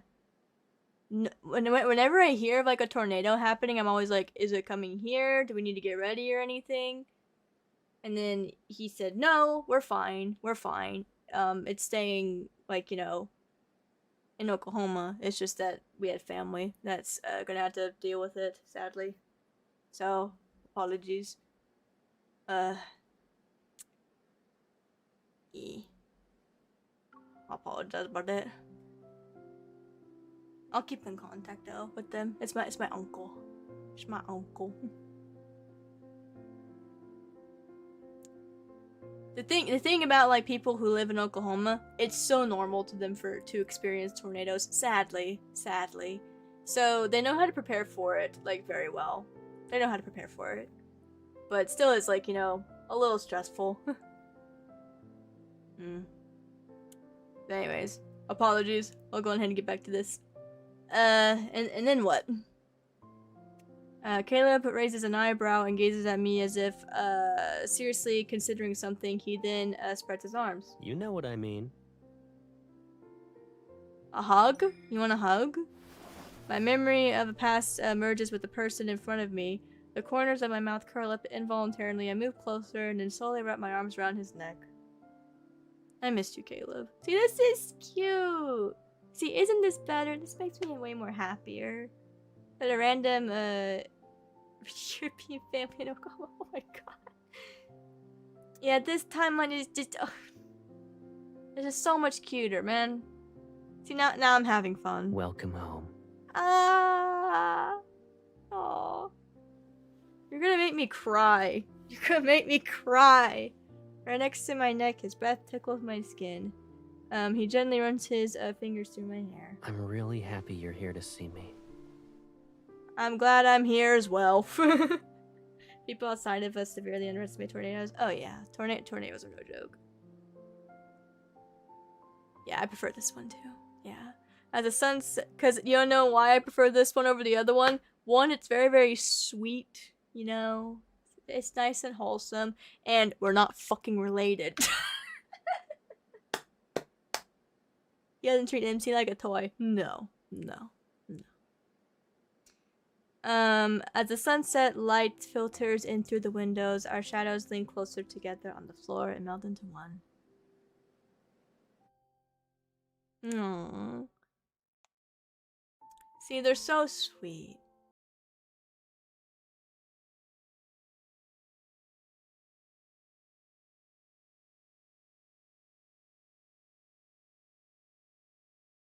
A teeny tiny bit. Also, I like Caleb's house. I love warm tones, and I like how his whole entire like color scheme is like orange and all type of stuff, like orange and yeah, I like it a lot. So like the orange and black, love it a lot. And of course, he has like a little apple. His mascot's an apple. Of course, he has a little apple pillow right here. It's cute. The sun sets and rises. It's as radiance descends on the city again. I prepare to officially report to the Far Space Fleet. The personal info was supposed to be confidential, but you somehow figured out it was me ahead of time. Oh, I get it. You must have pulled a few strings again, Colonel. It's a new day and you're still bothered by this? I noticed my shoelace is loose. Just as I'm about to bend down, Caleb crouches. It's because you turned down the fleet's offer for a shuttle. Figuring out the possible reasons isn't hard. He's such a gentleman! Surprising you is no easy task. I pick up the cap from the nearby coat rack, run my thumb over the silver insignia, and then place it on Caleb's head. Plop. Your entire demeanor changes when you're wearing a uniform. Is it too intimidating? Or is the color too heavy for you? It doesn't matter what role I'm in. I'm still the Caleb who helps you tie your shoelaces. Aww. I can't. Caleb ties my shoelace into a neat little bow. Then he stands up and adjusts his collar before opening the door. Let's go. And keep this with you. Keep up with me. A key? You can use it to open the door to my house, my car, and my personal aircraft. You can try it on anything to see if it'll open, basically. Huh? Since you declined the fleet's shuttle, you'll have to ride shotgun with me this week. Dude has lots of trust in me. Wow. The official meeting between the association and the fleet will be held on the 17th floor of the fleet's common center. Upon arrival, I saw that the conference room was filled with attendees. Caleb had parted ways with me when we entered the command center. This new adjutant, sorry. His new adjutant, Liam, guides me through the entire procedure. Your seat has a label with your name on it. Okay. Walk straight ahead and you'll find it. I need to go now. I'll see you around. Thank you, Liam. Thank you. I nod at him, but just as I'm about to walk around the aisle, a voice calls out to me from nearby. You're the hunter the association sent? You're... The man wearing a fleet uniform has a row of medals on his chest. However, his piercing gaze that's directed me draws my attention. So, the command center allows anyone to just waltz right in now, huh? Caleb sure has a knack for being an eyesore. Huh? I pause, unsure if I misheard him, and Liam, who returned before I even realized this, positions himself to be in front of me. Colonel Heath, is there a problem? Oh, he's also a You colonel. shouldn't stick your nose where it doesn't belong. Oh, colonel drama. Oh god. The man casts a dark look. With a snort, he turns around and walks away. Ah. That officer seemed to have a problem or two with hunters. He's the Toon Fleet's colonel. Uh-huh. A seasoned veteran with a notoriously bad temper. Try to avoid him whenever possible. Oh, okay. Liam escorts me to my seat. He nods once I sit down. He has no problems with hunters. Mm-hmm. However, he doesn't see eye to eye with Colonel Caleb. You'll find out why soon.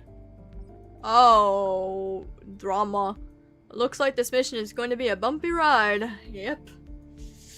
Okay, as the meeting is about to start, attendees take their seats. The door opens. Amidst the quiet attention of everyone's presence, Caleb walks to the center of the conference room. Alright, make your peace, Colonel. I'm sure everyone is already aware that there will be personnel changes within the fleet next week.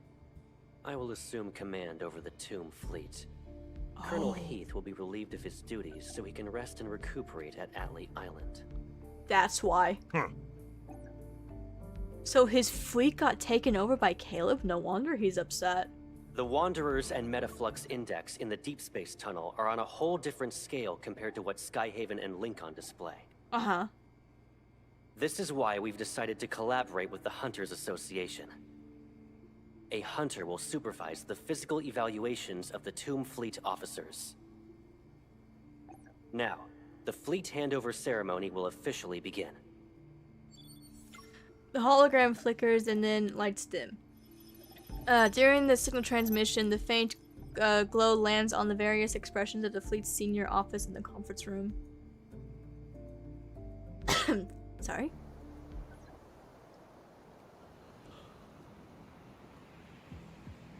I need to stop yawning, what the hell? Our first day at the fleet's command center ends with various transfer procedures. In the evening, Caleb and I decided to meet on the runway. What's taking him so long? In the night's dense fog, Caleb's figure slowly appears, but behind him is... Colonel Caleb, why are you in a hurry? You're not interested in the upcoming banquet?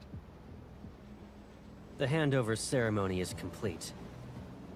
Whether I stay or not, you should be on your way to Atlee Island. Oh. Caleb's gaze sweeps past me, and he stops a short distance away. Well, I'd like to give you some advice, young man. Oh. I know how you got this position. You're just Lucius's pawn, planted here to infiltrate the fleet. Oh. Just like how you took over my fleet.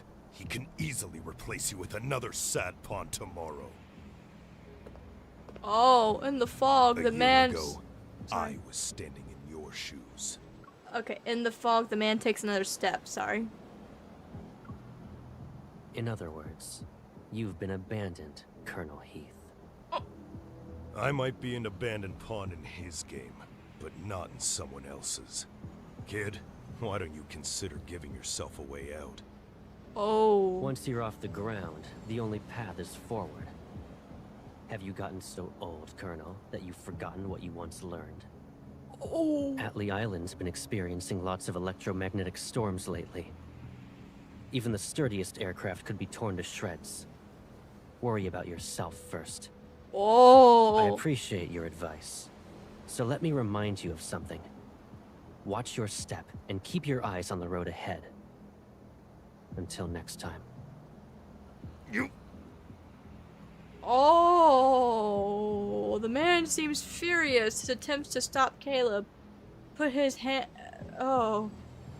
stops midway the door. Sorry, I can't fucking speak. That was like, whoa. The man seems furious. He attempts to stop Caleb, but his hand stops midway and droops down in a peculiar position. It's as if it's frozen in place. Oh, he's using his evol on him. He used his evil on him, didn't he? Because Caleb has gravity manipulation. That's his ability. Blocking Heath's line of sight, Caleb strides over, but his gaze meets mine. Generally, joy lights up in his eyes. Hi. When did you get here? You must have been waiting a long time. I have been, yeah, and Come I saw on. what you just did. Let's go home. You alright? You good?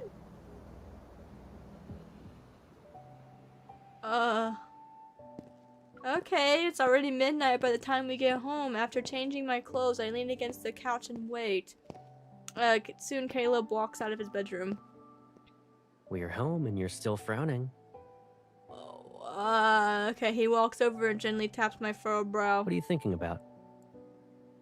It seems that a certain colonel has his fair share of struggles managing the fleet. I scoot over to make room for him. I wonder how I can ask him about that confrontation on the runway. Yeah. Okay, after today, I think I understand why you need a hunter's assistance. This Colonel Heath doesn't accept you at all. while this situation looks like a fleet merger, it's really more of a one-sided takeover by you. Oh?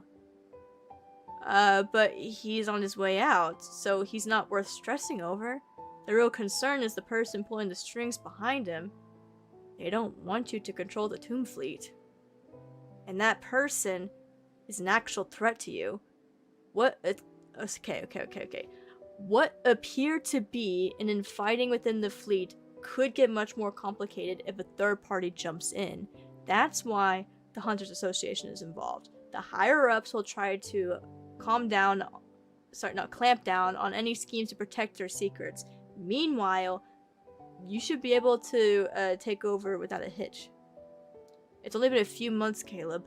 You're definitely stepping up your game. I narrow my eyes as I'm closely examining him. Caleb can't help but chuckle and passes me nearby a cushion. Likewise. It's only been a few months, but someone's really been honing her people reading skills. What about you? Who's supporting you? Isn't that person you, Pipsqueak? Ah! You're keener and more skilled this time. Even your muscles look more toned. I've been working out. Also, it's been a while since we've heard Caleb say Pipsqueak.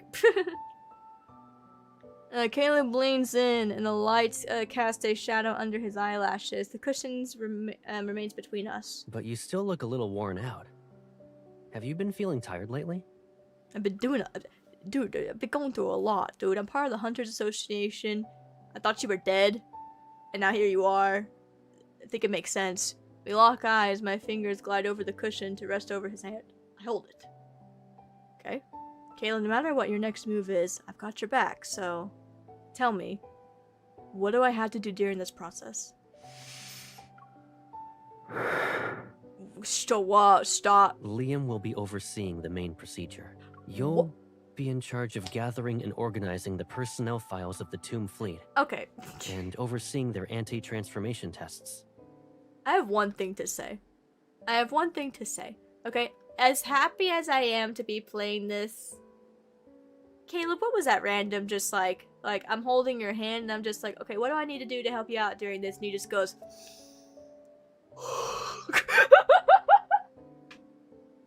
What's the point, bro? What was that for? Oh my god. What was that for, man? And?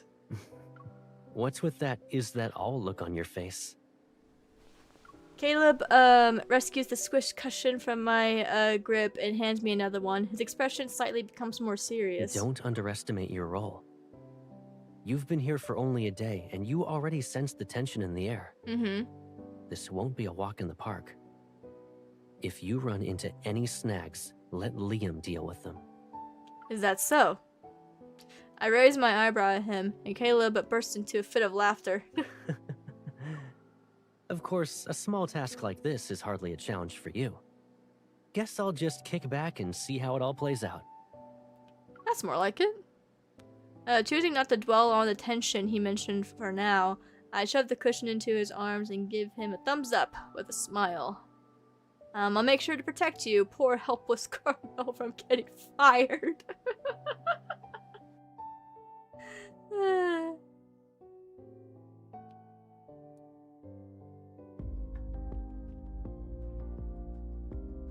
Also, I like how he's noticing to where it's like, oh, I've grown. I seem to be getting stronger. He's like saying, oh, you got like tone muscles. Look at you.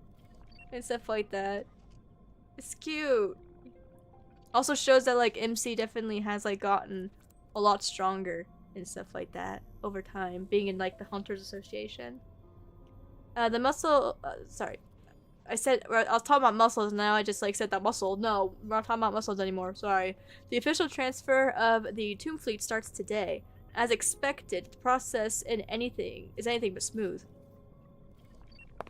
Number 3997, Vice Captain of the Tomb Fleet. You've served over 5 years, is that correct? Did you call me over just so I could listen to this crap? Under the cold blue light, the Tomb Fleet officer across the glass wall is strapped into the interrogation chair. I've been there. I've been in that chair.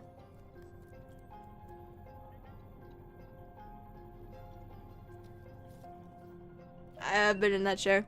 Expression is filled with contempt. Okay, now let's cut to the chase. After the transfer orders were issued, the fleet arranged a medical examination for all officers. Can you explain why you chose not to participate? Who doesn't know what this examination really means? You think everyone's itching to turn into a monster? A monster? Are you talking about the Turing chip? Oh, you probably don't know, being a hunter and all. That chip is just the beginning of their twisted modifications. Oh. Let me be clear. There's no way I'm doing that examination. I don't care if it's about modifications or that chip. I'm not doing it. The fleet's real big shot will return soon. Let's see how long your monster colonel can keep this up. No. Oh. The interrogation light switches off and leaves behind a faint swaying shadow. The big shot? Could they be the person who's posing a real threat to Caleb? I collect myself and lower my head to move number 3997's profile aside. Under are old medical examination reports from some are members of the Tomb Fleet. Okay. Or the Tomb Fleet, sorry. The same person shows completely different results after being transferred to Caleb's fleet and undergoing the medical examination, which is the Turing chip. The chip rewrote Kevy's memories. I remember that. And now it's causing a drastic enhancement in these officers' physical capabilities. If this... I didn't know we were gonna get into Turing chip stuff. Oh, this is gonna be sad. This is gonna make me sad. Is this all that they can be modified? Miss, here are the files you requested. I already organized them. Do you have any further instructions? No, that's everything, thank you. Understood. This guy. 3 days ago? No! I'm not taking that exam! I'm not going! Release me! No one wants... Caleb can only pull this off because he has someone's backing! You monsters! Nobody wants to be like you! Damn, so everyone's in the know of, like, the Turing chip. If you're in your right mind, don't take it. No. No. Not only has his physical capabilities enhanced, but his personality has also been altered. What exactly are they trying to turn people into with this modification? Hi! I get up trying to find that officer so I can get more information, but when I open the door, I'm stunned to see Caleb standing right there. What happened? Why in a hurry? Removing his hand from the door's handle, he shifts his gaze at the end of the corridor. You need something from that officer? If I ask Caleb about the modification now, he probably won't tell the truth. Definitely not gonna tell the truth. No. No. I should find more concrete leads. That way I can confront him about this. He can't dodge any questions. It's nothing important. I realized I forgot to ask him for another file, but it's okay, I'll get it later. Caleb's eyes fall on the open examination reports. I lean against the edge of my desk trying to gather up the files behind my back. Shouldn't you be in a meeting right now? What made you stop by? Caleb focuses back on the stack of files. After a moment, he raises his eyes to meet mine again. I see someone looked into my schedule. The meeting ended early. I was passing by and thought I'd bring you some snacks. He offers me a small paper box he's holding. It's filled with bite-sized fruit tarts. Ooh! I discovered that the puppy still kicks her leg around. Aww, that's Light cute. refreshments from the meeting. You probably need them more than I do after working the whole day. Okay, thank you. By the way, you'll be having dinner on your own tonight. Fruit tarts, yeah. Oh, that sounds so good. There's another urgent meeting? Just some minor stuff about the fleet merger. I'd rather take care of them myself. Oh, okay. Nodding, I accept the desserts. Yet Caleb remains where he is. I pause and then open the box. I hold it out to him. If you're not in a hurry, do you want to eat some? It's okay. Take your time. I'll get going now. Wait, Caleb, how long will the meeting be? Caleb gaze drifts over my shoulder and lands on the electronic clock on the wall behind me. I'll pick you up at 9. At 9. Okay, thank you. Okay, the door closes. Through the parted blinds, Caleb's figure slowly disappears at the end of the corridor. Hope I can find some documents related to this modification in the Colonel's office. Oh, we're being... we're sneaking. Oh. Please tell me I can get that stuff. Is because if it is, like, fully true that Caleb has the Turing chip, which is, like, I'm pretty sure that he does have it. I'm pretty sure he does. I want to know everything about it. I want to know everything about it.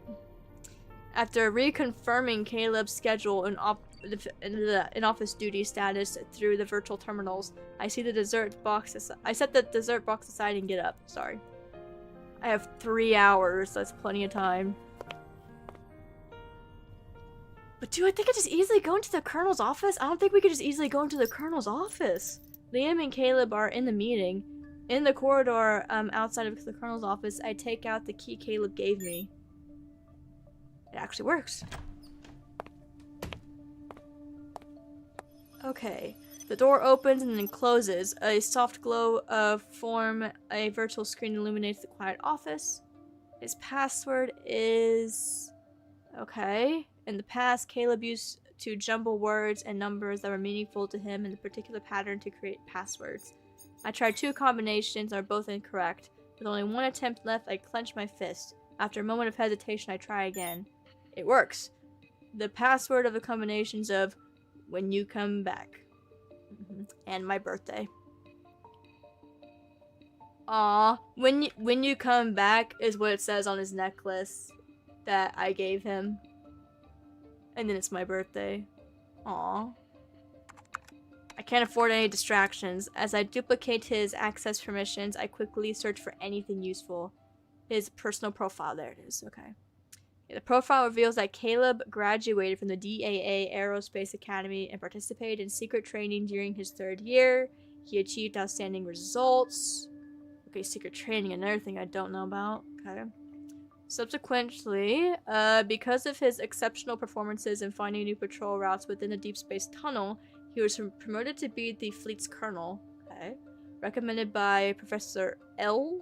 Okay, so probably Lucius. Yeah, Professor Lucius.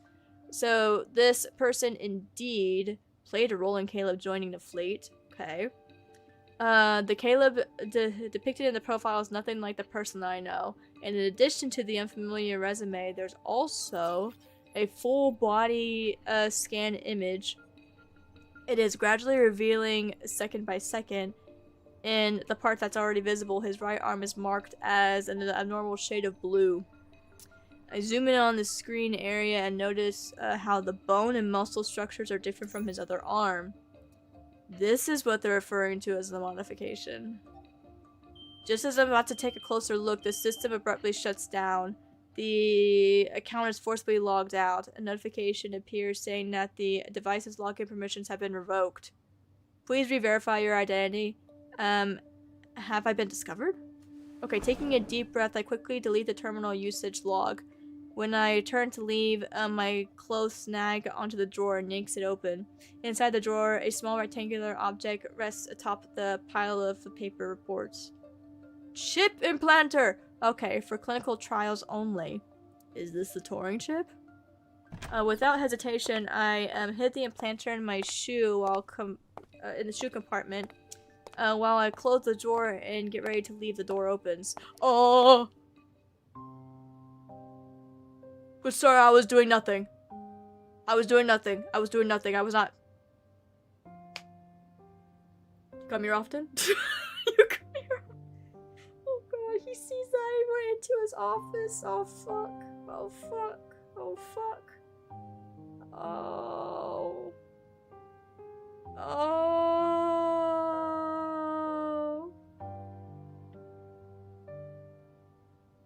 Oh. In a dim room, a brim of Caleb's cap casts a shadow over his gaze. He slightly tilts his head. Why are you waiting for me here? You took so long, I was getting impatient. Oh, I'm scared. Okay, that justification sounded absurd even to me. My palms began to sweat, but he just grins. Is that so? Yeah.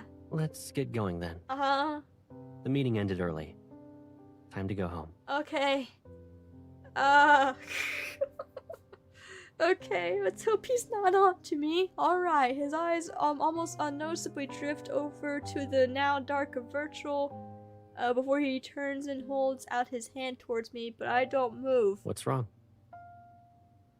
Aren't you going to ask me? About what? About why you're in my office? Or whether you found the thing you were looking for?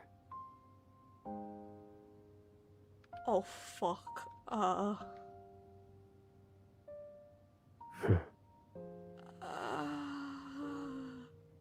Okay, pulling back his hand from the door handle, Caleb lowers his head. His gaze, obscured by the darkness of the night, engulfs me from head to toe. Anyone entering the Colonel's office without permission will be taken to the interrogation room. No exceptions. Does that mean I'm But going? I'm the Colonel. Whether you're entering without permission or here because of my orders, I have the final say. Uh-huh. There's just one minor thing, though. Any intrusion and duplication of system permissions will be reported straight to HQ. Covering up the traces will be a hassle. Oh. Caleb slowly pries my fingers from the terminal decryptor and takes it. Oh god, his movements is deliberate yet firm, leaving no room for resistance. I doubt you'd put me between a rock and a hard place, right? Oh, fuck. That face, the voice, the actions, I know them all too well, yet the person standing right before me is like a stranger. I open my mouth attempting to question him, but the words falter and fade away. In the face of his composure, all my feelings seem utterly pointless. Caleb, I just want to figure out what kind of trouble you're caught up in right now. Can you tell me? I can't speak about anything that's classified. What happens if you do? Will you also be sent to Atlee Island and become another abandoned pawn? When's the last time you took care of your hair? It's a lot longer now. Why are we changing subject? Why are we changing subject? Why are we changing subjects? Why are we changing subjects? Oh my god. He stays calm and gentle, softly brushing my stray hair away from my face. It's as if nothing happened. He smoothly shifts the conversation. Why, I can't even see your eyes. I noticed the blinding gleam from the insignia on his shoulder. After a long pause, I slowly managed to write a smile. Caleb, has anyone ever told you that this uniform is like your mask? He stands motionless. The door is right there, but we're locked in a standoff, unable to move past each other and leave. Let's go home? Darkness enshrouds his eyes, making his expression hard to read. He glances down for a moment, then lifts his gaze again. The fleeting wavering has already dissipated like a mirage. Okay, let's go home. Okay. That was a bit scary.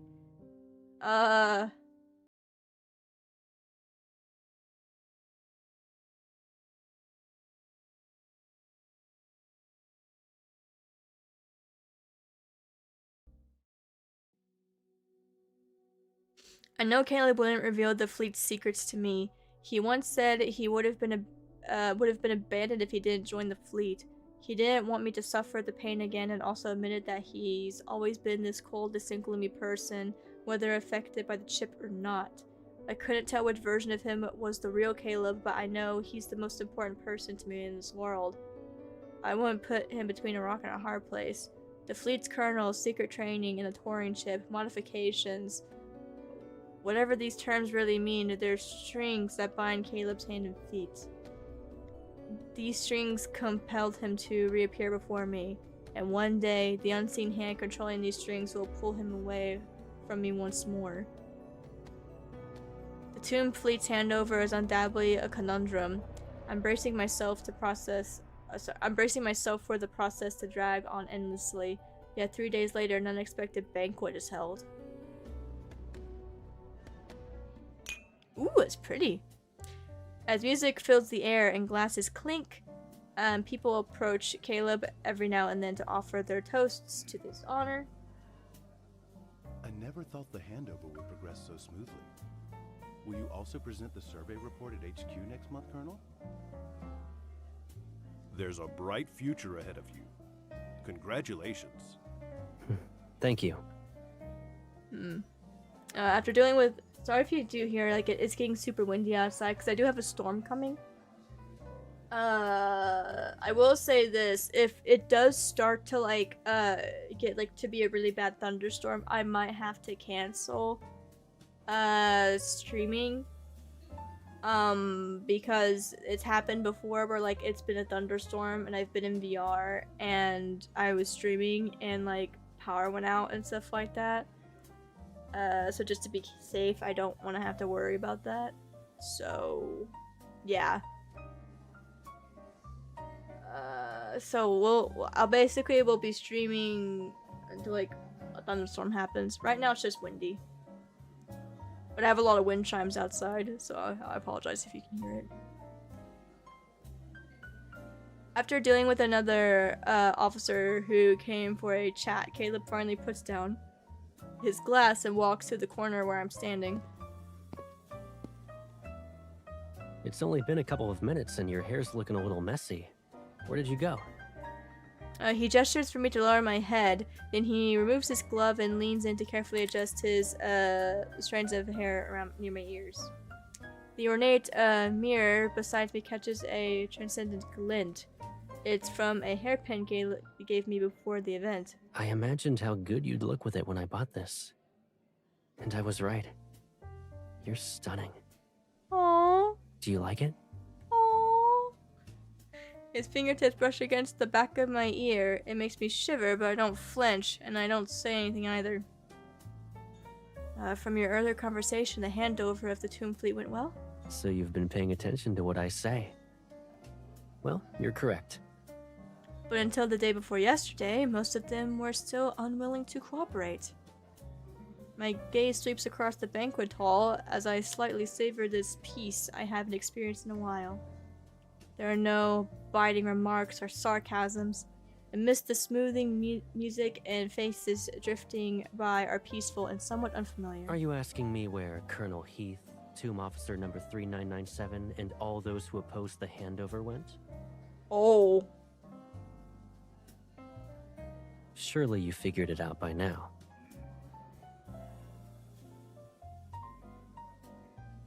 He seems mad. They're right where they should be. They won't disrupt us or cause you any more stress. Isn't that a relief?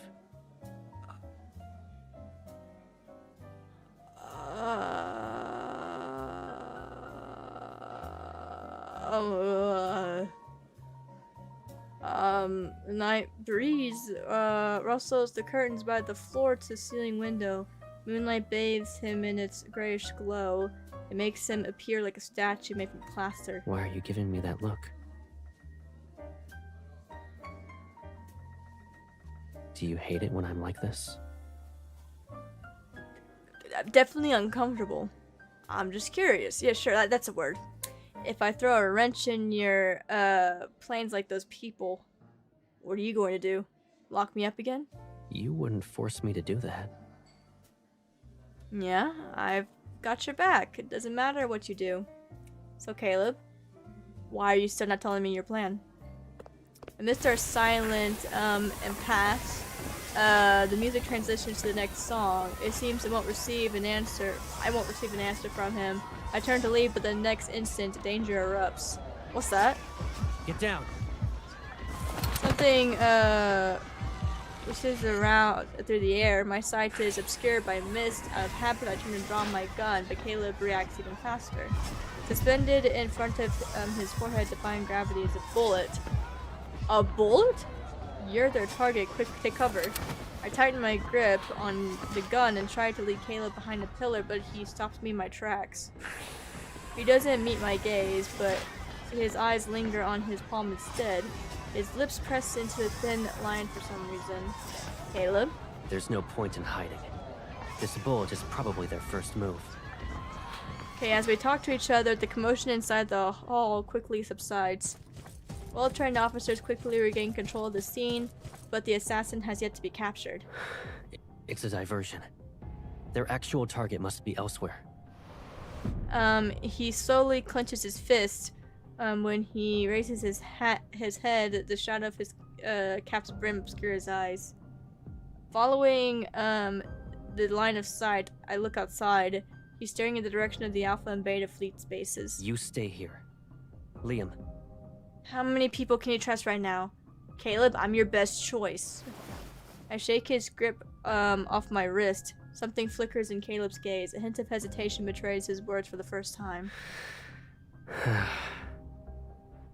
It's possible that either the Alpha or Beta fleet base has been taken over, but I can't be sure which one. I already sent people to the Alpha fleet base. Okay, I'll check the other base for you. Our eyes lock and we find ourselves in a stalemate once more. This time, after a long silence, Caleb finally relents. Liam, go with her. The adjutant, standing silently beside us, looks at Caleb. After we make eye contact, he nods, acknowledging the order. Be careful. You too. Okay, I hastily holster my gun and head for the exit. Before I step into the dark night, I look back. Caleb, you really do need me for this, right? Yes. Alright. Wait for my good news.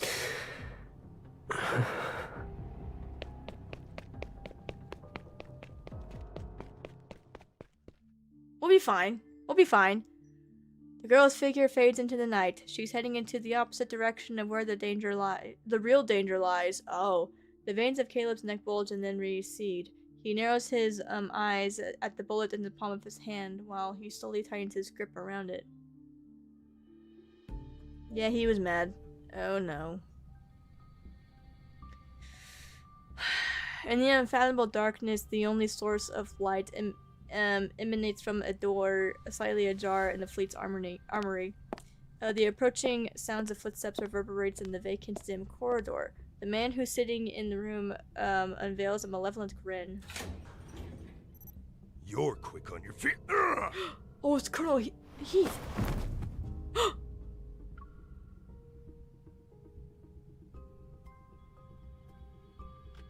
Yes, Caleb.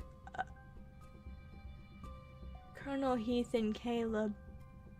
Oh, seemingly crushed by the unforeseen force, this man's veins instantly swell. His face turns red as he collapses to his knees, unable to control his fall. At the same time, numerous red dots light up, all zeroing in on Caleb's figure that's concealed amongst the shadows. Who said you could start it when she was around? How could you? No gunshot rings out, and the expected explosion never comes. Caleb locks eyes with a dumbfounded man as he walks to the light, one deliberate step at a time. The gun barrel's aims at him are twisted downward. The crisp sounds of breaking bones cuts through the air as he stepped on the man's wrist, pinning to the ground. Oh! Having me die for no clear reason in this armory I've just taken over. Honestly, it's not a bad idea. That'll definitely make those cunning old foxes at the top suspicious. Naturally, I'll be a perfect justification to purge all the people I've just gathered under me. After slowly putting on his gloves, Caleb leans down and grabs the man's distorted, reddening face. Too bad you picked the wrong target.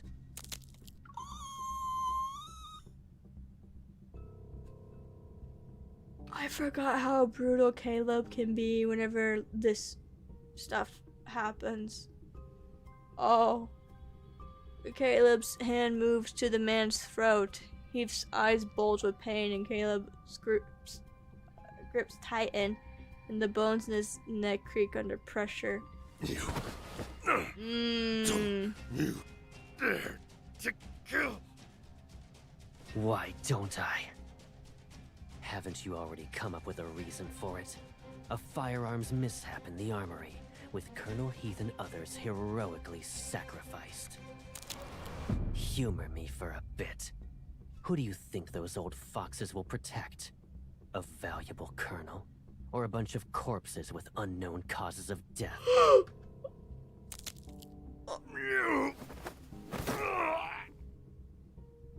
Colonel Caleb, it's been a long while. Oh! In the shadows, a slender figure emerges. Oh no! Oh no! No! No! No! No! No! No! No! No! No! With the flick of that person's fingers, dark blue veins abruptly surface on the side of Caleb's neck. He's brought down to his knees. I thought destroying the touring ship would be difficult. I'll just use your dead body as a greeting gift to Professor Lucius then.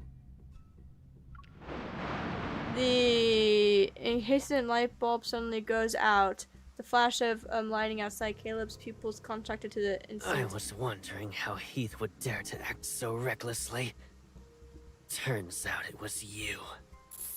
With bloodshot eyes and muscles taut with the strain, Caleb slowly lifts his head, each movement underscored by the flickering and throbbing hum of electricity. Even with you involved, the outcome will still be the same. The door slams shut with a jarring finality, setting off a symphony of sounds that echo like a chaotic banquet. Yet, as the thunderstorm rages, the cacophony gradually gives way to silence. So that confirms that he does have a touring ship. He does have it. Fully confirms he has, the touring ship.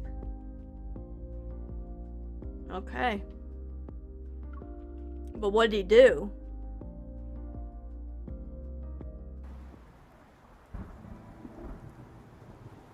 What did he do? Oh no, I'm worried. I'm worried. Oh, I'm worried. Subdued thunder rumbles in the sky as a deep roar resounds from the command center that's concealed within dark clouds. Aircraft stands on a silent runway. After checking both bases, I confirmed that the so-called takeover was nothing but a fabrication. Above my head, the navigation lights of more than a dozen aircraft weave dense, glowing trails across the night sky. The wind stirs up the airwaves, sending them swirling into the distance. Those are Caleb's reinforcements, right? I look at the adjutant who had forcibly escorted me back to Skyhaven. In the descending rain, his countenances remain calm. The fleet bases were never in danger. It was Caleb who played the diversion, and you knew this, Liam. Considering the circumstances, ensuring you left the area was for the best. He also predicted they'd move at tonight's banquet? Caleb planned out everything, but I never thought my role would have me be out of the game. You were the only person the Colonel can trust. However, your presence would affect his decisions. Please don't hold this against him. How could I? It's just that this overwhelming need to protect me is kind of laughable. Even if I return to the fleet's command center now, I only end up being a spectator at Caleb's side. On the dimly lit street where light and shadow intertwine, I shuffle around aimlessly. Liam, you're Caleb's adjutant. Do you think he trusts you? I don't need the Colonel's trust. I only need his orders. So if he orders you to leave behind your loved ones, you do it? That's precisely why I can stand by his side and serve him. Oh. The red light flickers on the opposite side of the empty crossroad. I stop to my tracks and look into his empty gaze.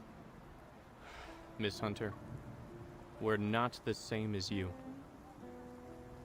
How so? Is it because I haven't been modified by that chip? Liam, if that chip was implanted into me, what would your colonel do? He'd do whatever it takes to get it removed.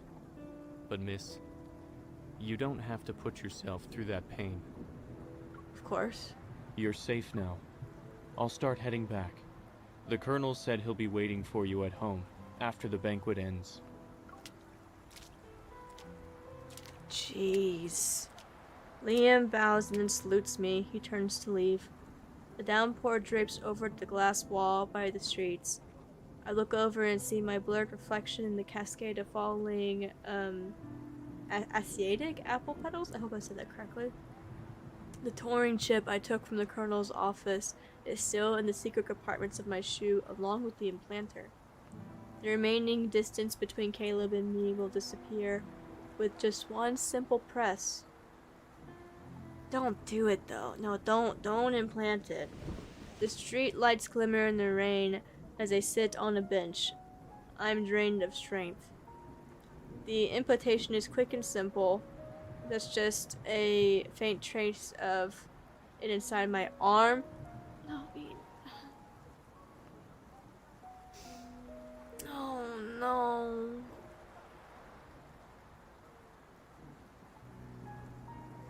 No.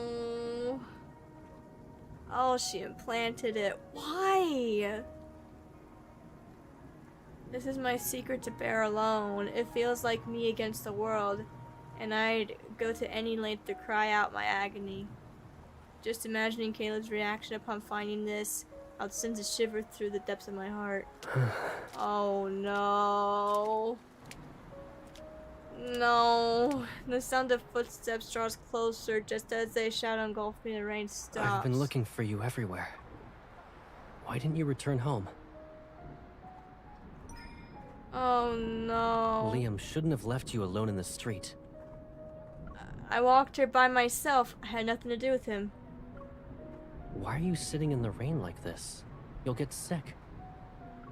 Okay, when we played hide and seek in the past, Caleb always managed to find me. But even if he finds me now, I can't... Oh god, I can't bear the thought of going back to the place called home with him. Caleb, look! There's Asiatic apples in Skyhaven. I turn away from Caleb's face, letting my gaze drift to the line of blossoming trees that extended to the rain. There was an Asiatic apple tree by the train station near our old home. Mm-hmm. Every year when its petals fell, you'd be there to see me off before I left for Skyhaven.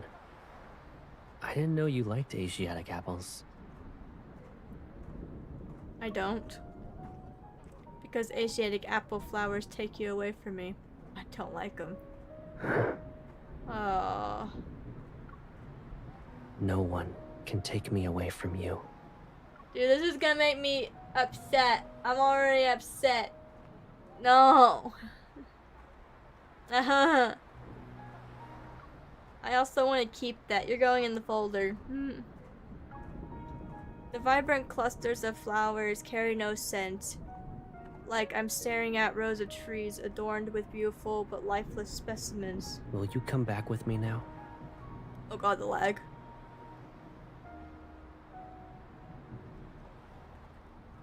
Oh god, the lag.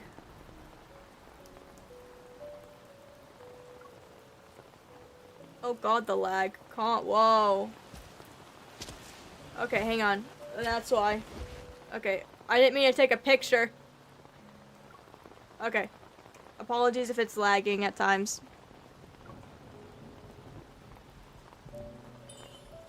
How long do you plan to lock me up this time? A month? A year? Or forever?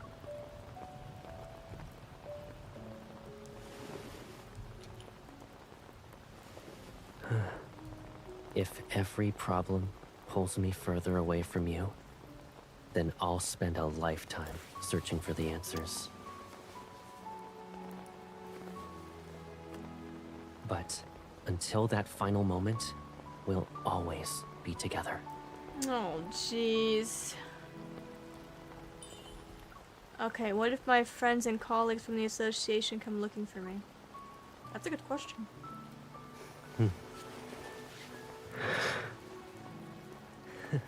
In that case, I'll hold a funeral they can attend, so they'll think you're gone forever. No. No. No. No. No. That's not. No.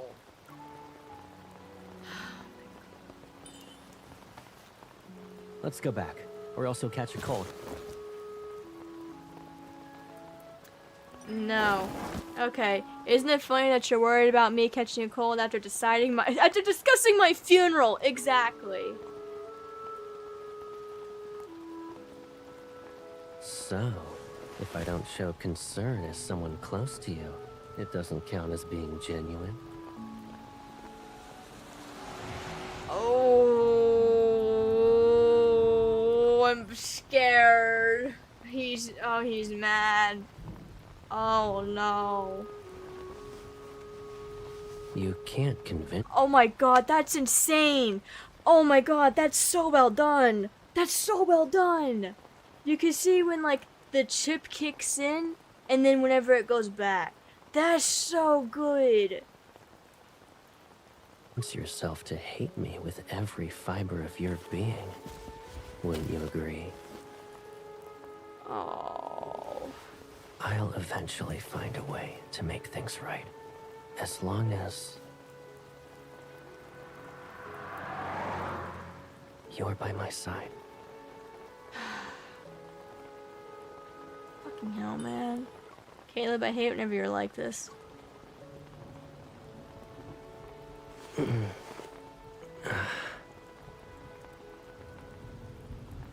I think he knows.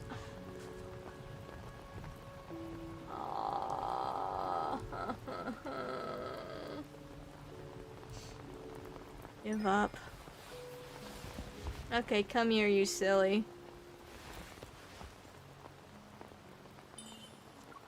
But what I hate the most is how you're always able to make me change my mind.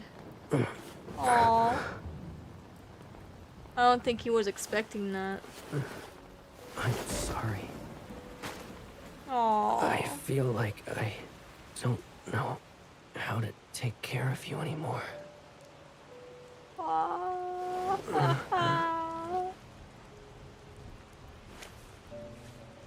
Oh, wait, Caleb, what's going on? Oh! Oh! Well, Caleb, what happened? Let's go home. No, no, no, no, no, no, no, no. No! No!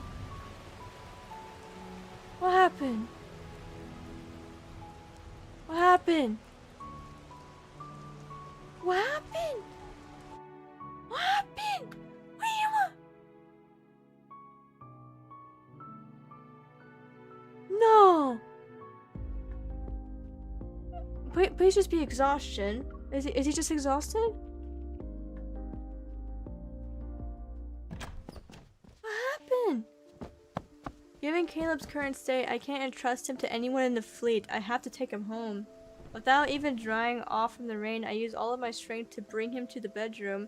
As soon as I push open the door, his weight pulls me down into the soft bed with him. But dude, he's taller than me, stronger than me. How do you carry this, dude? How can you carry it? Dude, I would have a tough time carrying a guy like Caleb. I can't do that. Dude, MC's strong. I prop myself up and gaze is drawn to the crimson veins behind his ear. Warning. Oh. Emotional fluctuations have surpassed the threshold limit. Okay, amidst the deafening roar of thunder, he seems ensnared in the deep nightmare and agony. He's pulling his collar apart.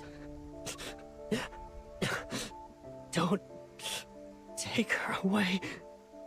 I'm here. I'm right here, dude. I'm right here. You saw me in the rain. I'm not going anywhere. Okay.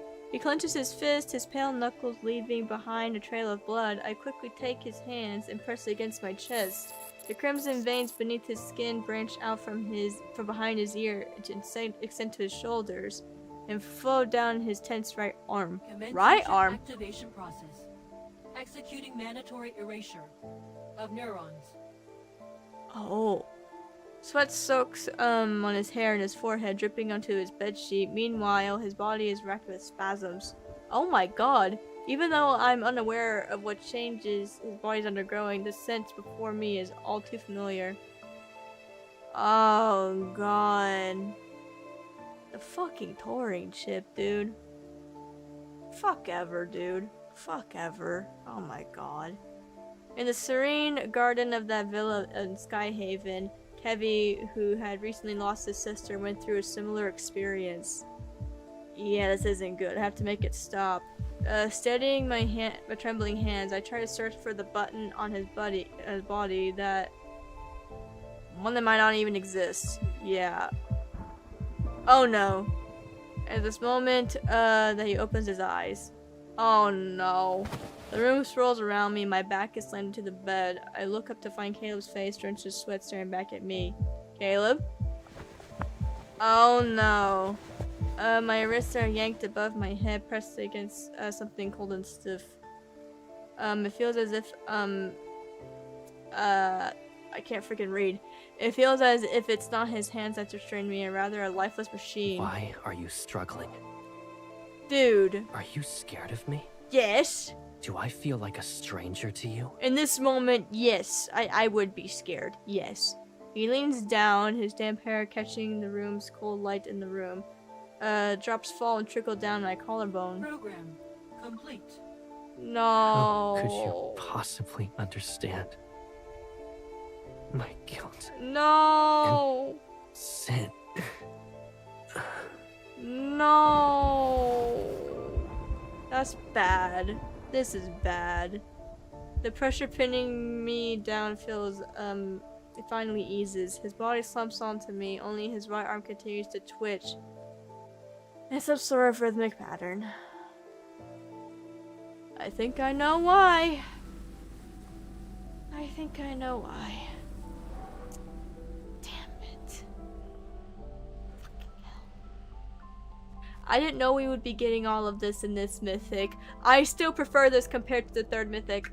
I will say that, but this is sad. This is so sad. I'll get out of here. I don't care. I don't care. Get out of here. Since Caleb returned to me, I rarely had nightmares about him, but I dreamed of him that night. There was no sun. He floated within a dark green jungle. The ropes that bound him morphed into vines sprouting from sturdy branches. They wrapped around his wrists and ankles like venomous snakes, flicking their tongues. Every muscle swelled under the veins encroachment. Tiny hair-like thorns pierced his skin and greedily siphoned the nutrients from his flesh. Then they injected new toxins into his nerves. His body, trembling like a beast caught in a trap, struggled against his restraints that only grew tighter with every move. Finally, he crashes into the dirt, buried by leaves carrying the scent of decay. A wilted leaf fell down slowly. It's covered in hollow... Oh my god. It's covered in hollow eye socket. Jesus Christ. The jungle devoured his body, leaving him as a withered tree, choked by its grasp. Oh my god.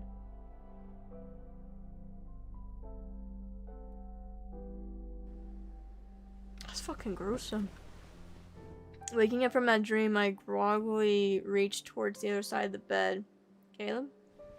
My palm feels nothing but the mattress. I instantly return to reality. Caleb?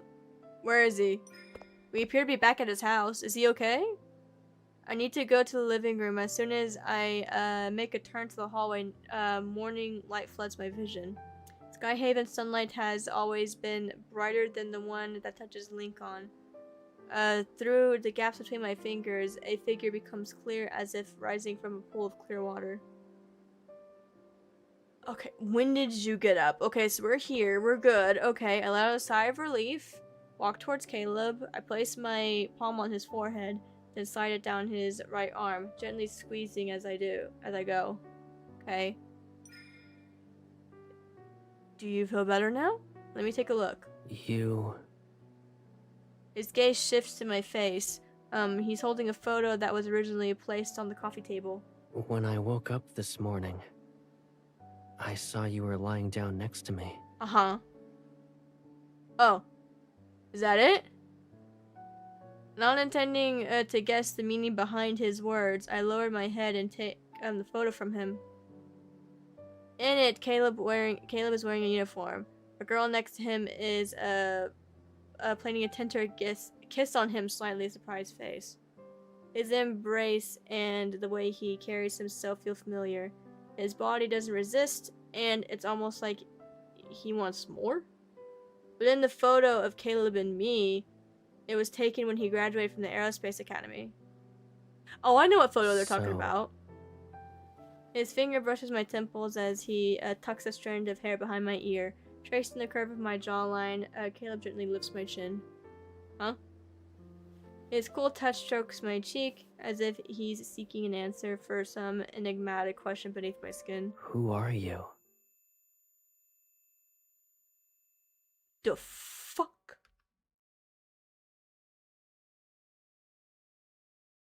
The fuck you mean, who am I?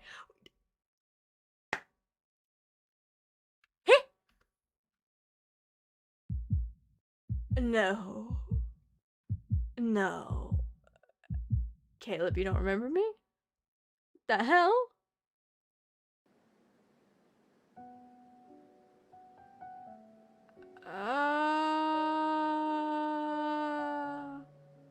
The most absurd assumption ends up being true.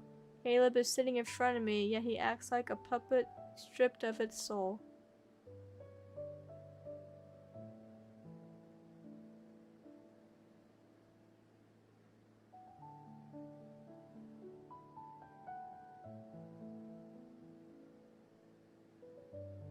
Oh no.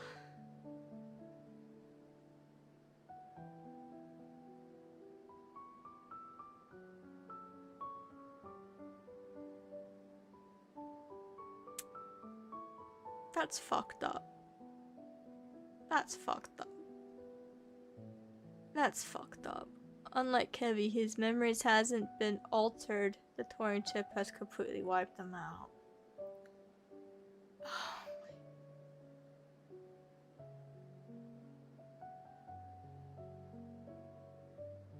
So it's more than just me. You don't even remember who you are? Do you?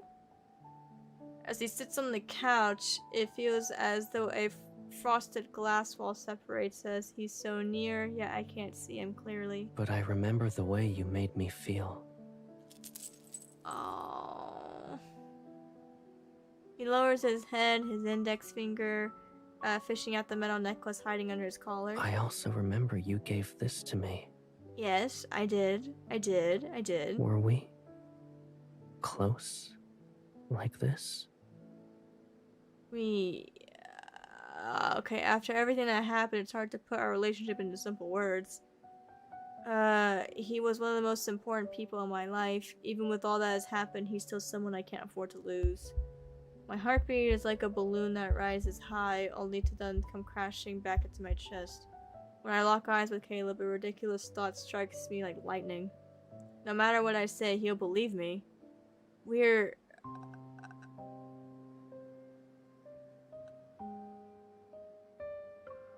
the most important person to me, and I'm the most important person to you. It's as if to affirm my words, I snuggle against Caleb's chest and wrap my arms around his neck. Caleb, I'm the only person in the world who truly knows you. You're the only one who truly knows me. Yes. You'll never leave me, just like the vines that cling to a tree. We share a part of our lives with each other, so I'll never be apart. That must be a lot of freaking info. Dude, he has no freaking memory. I can't remember anything. It's okay if you can't remember for now. I'll always be here for you. How can you keep composed, woman? How can you keep composed? This is sad. Oh. The pressure from deceit that's setting straps almost numbs my limbs. I tighten my hold on him and my lips brush against his earlobe. just like what you've done for me. The open window is closed and a sudden breeze sweeps through the room. Our shadows intertwine and blend into a flickering darkness, mingling with a shifting patch of light on the floor. Caleb, can you promise me something? From now on, you won't go anywhere else. You'll always stay by my side.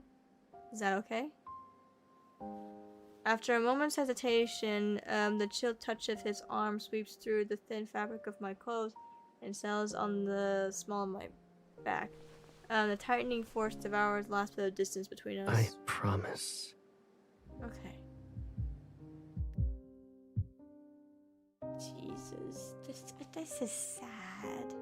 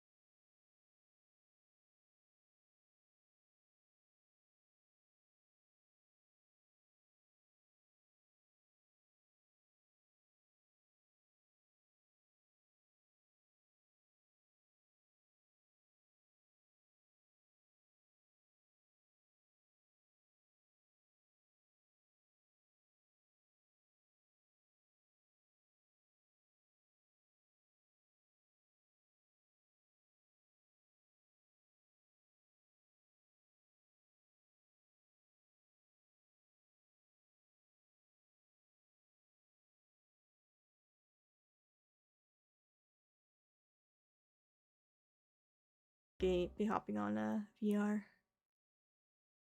Okay, the amnesiac, amnesiac. Is that his name? Just amnesiac. Caleb, was like a blank page in a book, the result of an error, and if someone was if someone must rewrite him, then that person was me and me alone. I hid his phone, fleet uniform, communication device, and anything else that might wake him from his dream. It's never easy to locate a fleet colonel's residence, That dim house was a chaotic black hole evading the constraints of time. He's reduced to solidarity floating inside the drifts within. And it was the sole resident. I was the sole resident, Over the course of 3 days, it's as if we've returned to our childhood. To the small garden of that shelter where we first met. We only grew to know each other's company, and the world beyond these walls didn't mean anything to us. Caleb, there's a lot of monsters outside. Will the world end tomorrow? There's no need to be afraid of the end of this world. Where do you want to go today? Let's have some fun. The amusement park. Skyhaven's amusement park was built on a small island near the central island. The top half of the Ferris wheel disappears into the clouds. Amidst the crowd's screams, the pendulum's ride reaches apex. Just off the ride, I lean against the railing. My stomach churns like a storm. Aren't you supposed to be a deep space hunter? Is it safe for you to hunt in deep space when you're like this? Caleb crouches down in front of me as he holds the ice cream he just bought. I didn't have breakfast today. Besides, suppressing a sudden wave of nausea, I lean in and take a quick bite of the ice cream in his hand. You're playing Shadow Generation? That's a good game. It's just a little. It doesn't mean we're hunters in deep space. Or we go into deep space to hunt. So, if you're a deep space hunter, then what am I?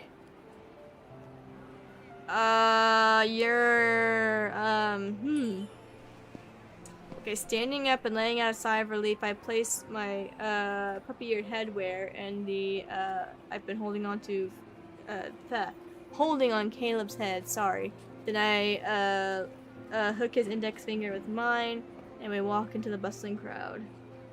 You're the sidekick of the Deep Space Hunter. That's a good way to put it. Sure. This is sad. This is so sad. Bruh. I hate the touring ship. I hate Ever. Oh my... It's sad. It's fucking sad. Okay, time flows differently in the amusement park. Even without planning everything, we still managed to spend the entire day here. The dusk in Skyhaven paints the sky in shades of purple and orange as the sun sinks into the distant sea of clouds. The sightseeing train loops around the floating island. In the last passenger car, Caleb and I sit side by side in the back row. I bet you used to tease me all the time. Am I right? We would tease each other, bro. He removes his headwear and tucks it into the plush apple bag slung across his chest. He ties the glittering balloon in the train car's handle. But you always took it willingly. You even enjoyed it. He pats his own shoulder. Want to take a nap? I yawn again and lean my head on him. Caleb, in a happy place like an amusement park, no one wants to waste time sleeping. Really? Well, this place kind of feels like a dream. And I don't think it's a waste of time to sleep in a dream. Shifting into a comfortable position, I nuzzle Caleb and close my eyes. Then promise me you'll still be here when I wake up. The wheel rumbles as they begin to move. Suddenly, the watch on my wrist emits a faint vibration. I turn away from him a little and check the message. It's a notice from the Hunters Association. My temporary assignment is supposed to end in 3 days. The association is asking about the progress of the mission and confirming my return date. You took away my phone, so it's only fair if I confiscate your watch, I think. Why do you look unhappy? I put away my watch and turn back around. It's nothing. Our sweet dream is about to close its doors. It'll be open again tomorrow. We can come back. The clouds in the sky look like a flowing oil painting. Right behind Caleb is the fleet's command center on the central island's highest point. He's been MIA for 3 whole days. Oh my god. I wonder how long it'll take for the storm to reach us as it brews atop that tower. Words rush to my lips, but suddenly for some reason my mind feels foggy from the throbbing pain. Maybe this planet will explode tomorrow, and it'll be the end of the world. That's nothing to be afraid of. The world we live in is already mid-explosion. So even if it comes to an end, we can always move on to the next one. The pain inside of my wrist intensifies, but somehow the nerve starting to twitch with a strange, excited tremor.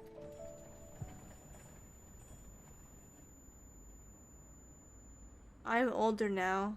I don't believe in those stories anymore. I look down at Caleb's hand resting on his knee. Carefully, I separate his fingers and then give them a soft squeeze. I just realized how big your hands are. Back then, when I was teaching you how to shoot, I couldn't completely cover your hands. But now... Yeah, just had the fattest nap. I'm gonna take a nap after I finish this whole Mythic. And then I'll be like on VrChat off stream later.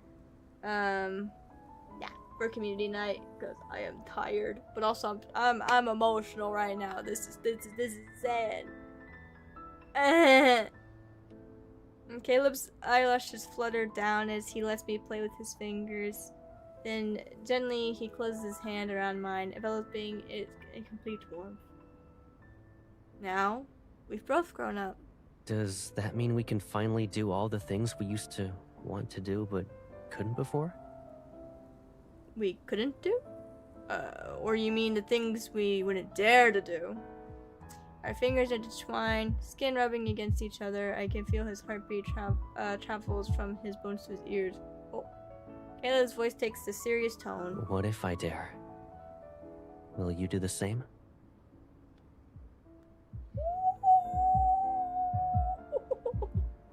Okay, my fingers slightly tremble in his grip. I had a sense that something is about to happen.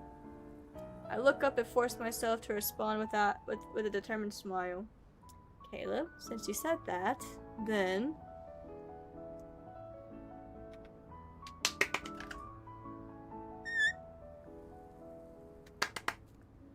Say prove it or say kiss me?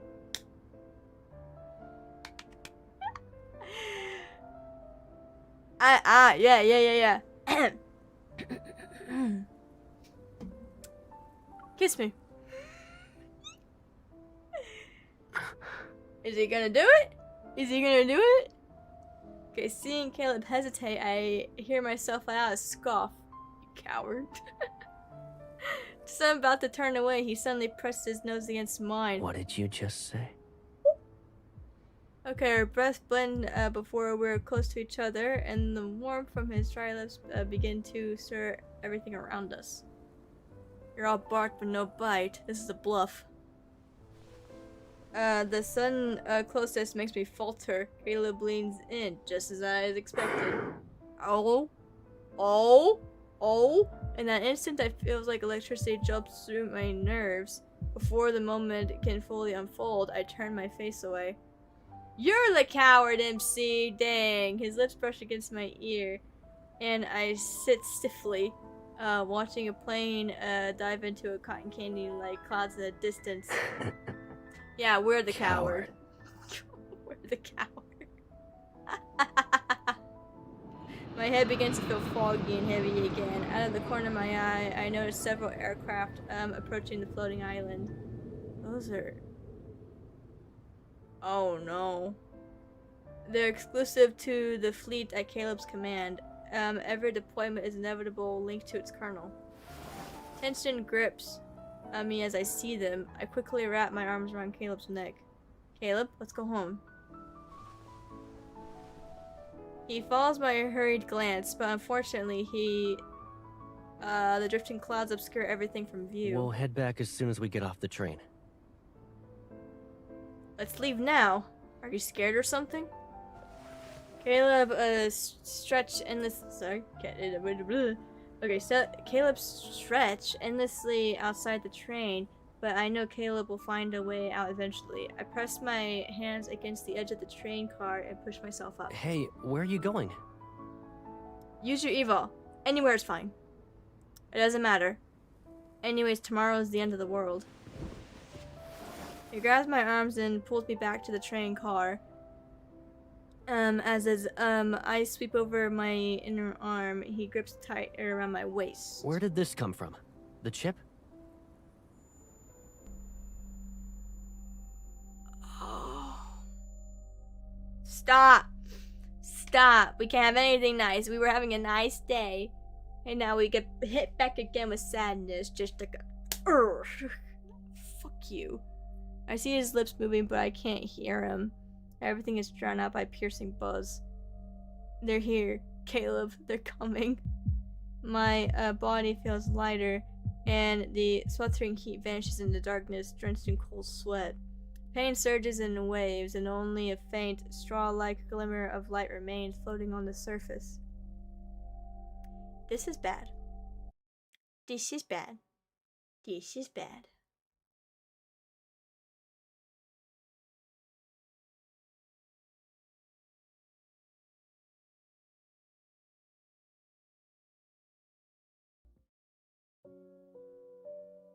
My body no longer feels like my own. The searing pain courses through my veins, burning me from the inside out. It's as if I'm being rewired with cold, ruthless precision, as if by scalpel, erase, organize. The relentless buzzing in my ears makes me want to scream.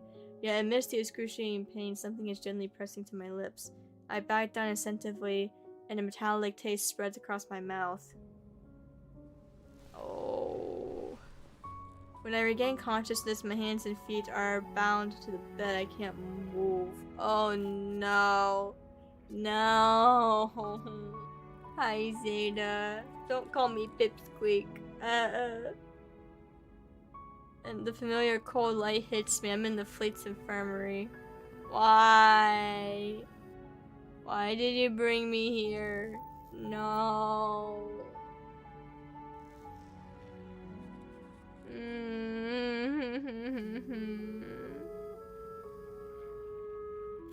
You need to control your emotions for now. No. Caleb, no.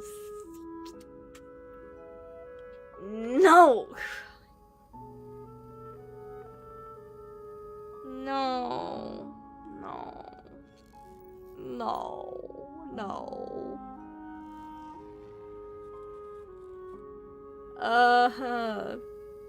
He's back in his fleet uniform, wearing the same unfamiliar mask-like expression. Oh fuck, that's a tear. Oh, yeah. I'm emotional, bro. You remember everything? Since when? When we were at the amusement park, or even before that? I haven't even asked my questions yet. When did you get that Turing chip implanted?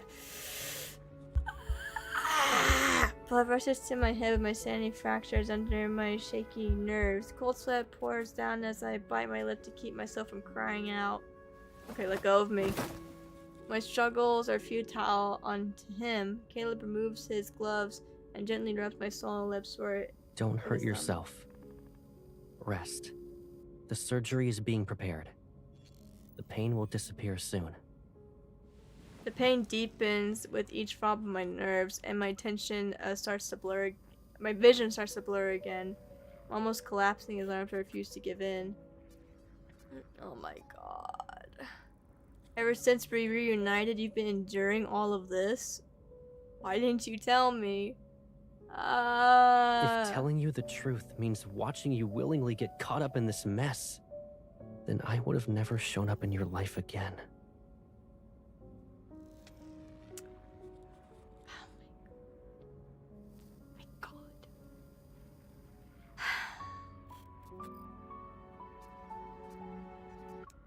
And you wanna, I'm gonna try and make this situation lighter. You know how everyone says that this is a Gooner game?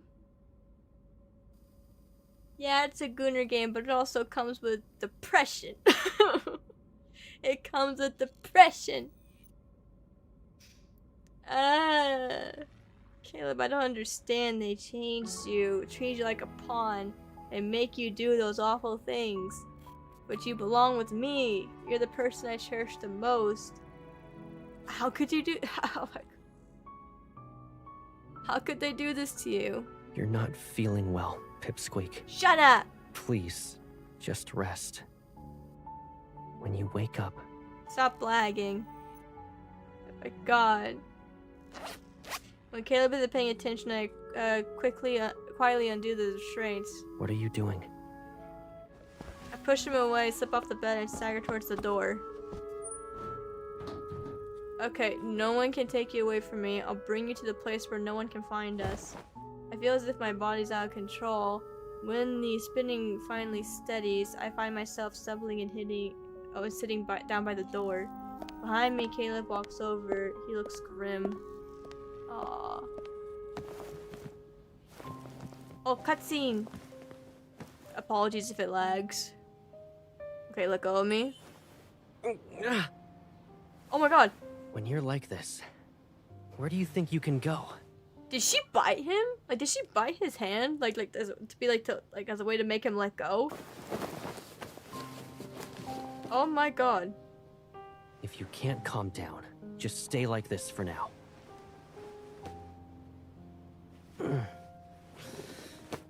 Remember when we were kids and you had a fever?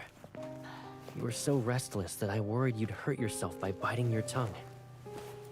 So I let you bite my hand instead. One time you bit down really hard, and that mark lasted for 2 weeks. At the time, I thought that when you were older, I'd settle the score with you. One grievance at a time.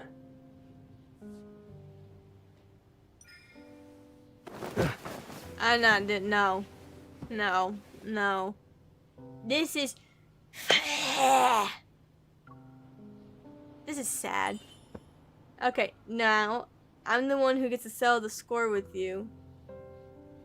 What do you want?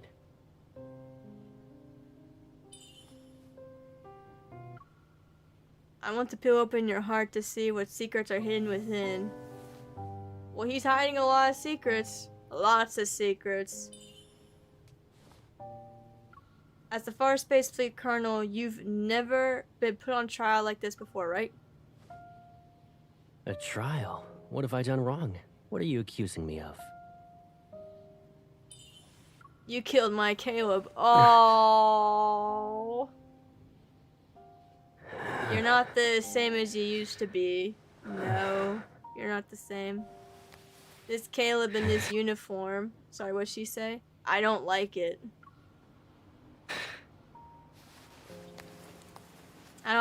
She said, I don't like Caleb in this uniform. It's not the same Caleb.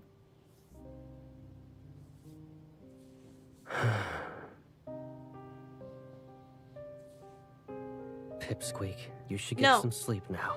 No. No. No. No. No. No. My God.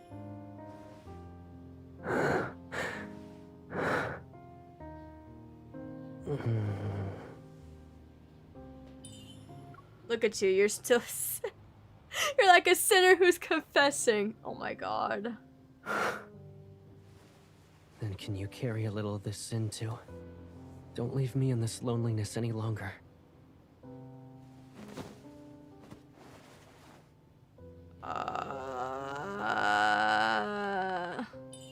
My head, it hurts.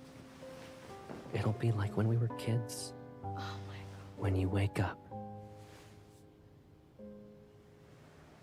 there won't be a trace of pain or any memory of it left behind. Oh my God.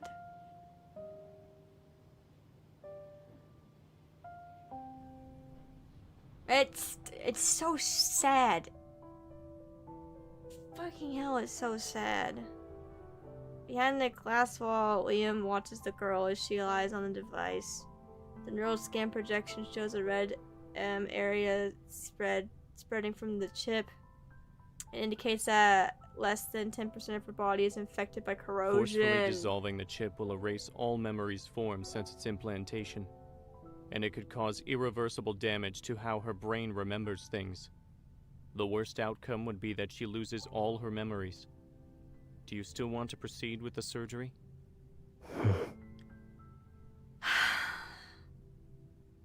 Yes. This is why she has no memory of this in the main story. That's why. He presses the X key button and maneuvers the device to push the girl into the extraction pod. Liam doesn't check his chip modification progress for a while. It has been a long time since he had lost control of his emotions.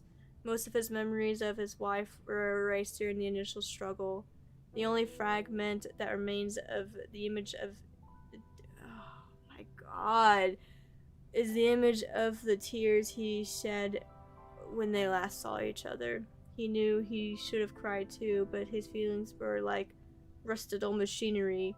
They rigidly froze his outstretched hand. The chip has been successfully dissolved. The user memories have been erased. Oh my God. The process finishes smoothly and the projection automatically disappears. The only unknown answer will be revealing when she wakes up. Liam looks at Caleb, who's beside him.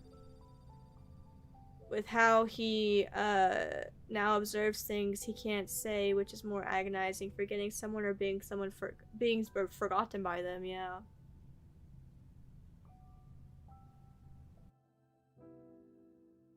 Jesus. This is sad. Last chapter.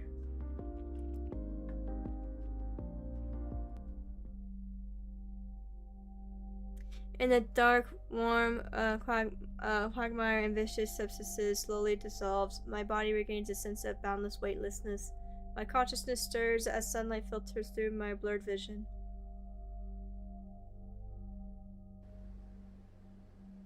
And we're back. Gentle footsteps echo outside. They're followed by the soft creak of the door opening. Hi again. After a long while of trying to place it, I finally recognized the face before me. It seems to emerge from a hazy, water-like blur. Caleb? Sunlight spills a reddish gold hue into the room, as if... Okay, so as I lift my hand to shield my eyes from the glaring sunset outside, Caleb leans in to block the light from me. I asked the association if you could take sick leave. So, whether you want to rest at home or walk outside for the next few days, I'll be by your side. So now we're back at the beginning of this. Yeah. My head feels heavy and foggy. It's as if I've lost an important fragment of memory. Our eyes meet and slowly meet. My gaze drifts to the red mark peeking from beneath his cuff. Bite mark? Caleb, what happened? Caleb slightly purses his lips. For a fleeting moment, his expressions appearing peculiar. It's as if he's fallen into the abyss of sorrow. It's okay if you can't remember for now. Eat something first. This is... Oh my god. He helps me up, tucks a pillow behind my waist, and sits on the edge of the bed. He's holding a bowl of porridge.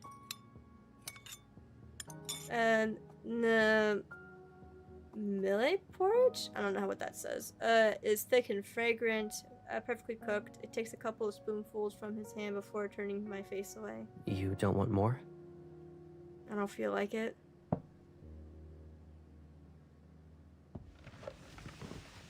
He gives a slight nod and stands up. Whew!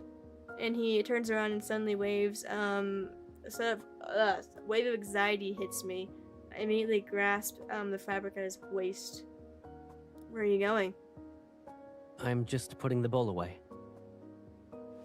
Caleb sits back down and opens his mouth like he's about to speak, yet he chooses to remain silent. Don't worry. I won't go anywhere until you fall asleep. The shadows under his eyes betray the night of sleeplessness. He gently brushes away the strands of my hair. Feeling sleepy? Every cell in my brain feels drained. It's like I fought for so long till I shake my head. I don't want to rest unless you help me fall asleep. I have a hunch that when I wake up, he'll no longer be the Caleb who only belongs to me. I curl up against his chest. After a moment, he wraps his arms around me, resting his chin on my shoulder, and let out a soft, tender laugh. Sure. Should I tell you a bedtime story, or do something else? No bedtime story. You've never been a good storyteller since we were kids. Besides, I don't want to hear any more of your stories. The cool silver light glimmers near my neck. The metal pendant gently swings back and forth. Struggling to keep my eyes open, I cradle the pendant in my palm. When you come back. Do you still remember what this gift represents? You hoped I'd come back safe and sound from every mission, right? Back then, I thought if you could just return to me, I wouldn't ask for anything else. The fleeting emotions pass through Caleb's eyes. I look up and tenderly touch his face. Aw, this is sad. Caleb, you'll always be by my side, right? Yes. Then should I put a bell around your neck? I trace my fingers along his neck and brush over his Adam's apple before pressing down on the center of his collarbone. It'll be right here. That way you won't be able to escape. When you held my hand that day for the first time, I knew I'd never get away from you. He leans down and kisses my forehead with a tenderness to show how much he cherishes me. So don't be afraid. No matter what happens, I'll be here for you. I like now, their relationship. Time to sleep. It's not my favorite. My favorite relationship, I like MC and Xavier.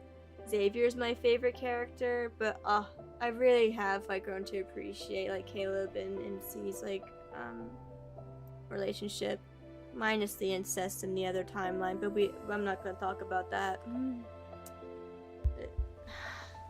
I smile, send to a comfortable position in his arms, close my eyes, and hold his hand gently.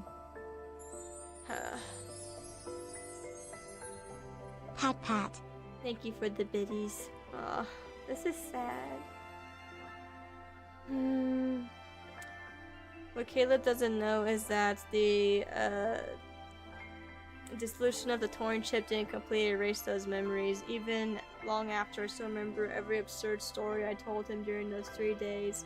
The misplaced kiss amongst the clouds and serene warmth of his skin. So she remembers too!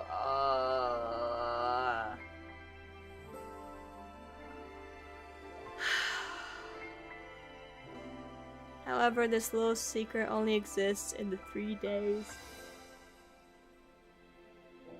It must wither and decay, buried in the soil, even if we were to fall into the devourer in that dense jungle. The amusement park is closed. Dreams are meant to remain within the realm of dreams.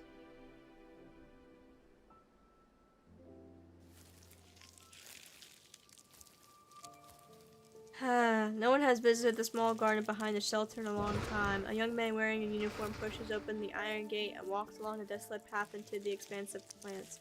His leather boots step over a toppling seesaw in the weeds. In the distance within his view, a girl is sitting on a paper crane. Her back faces him. She swings her legs over when she turns to him. The rusty spring beneath her emit a jarring, screeching note. Caleb, you're here. The side of the elephant slide was etched with uneven marks of their height as they grew up. One row on the left and one on the right. His marks always sit a bit higher than hers. I'm the older one, so I'll always be taller. It's when they're kids! Shut up! Shut up! Shut up! And because I'm older than you, my hands are bigger. I'll start school earlier too. I'll always be a step ahead. Shut up! Shut up! That's just how it is. Shut up! The boy's voice fades away. He looks up and sees his 11-year-old self climbing on the tree near the building for the first time. He sits at the tree top. We're 11? He draws out the paper crane from the window using his e-ball and brings the girl from inside the building to the window's edge. He times it perfectly. He peeks out from under the window sill and extends his hand towards her. He asks if she wants to come along with him. This abandoned place with overgrown vegetation is the first paradise, but the wind sweeps away those lingering echoes of the past. Hide and seek is over, and she appears before him from the swirling darkness.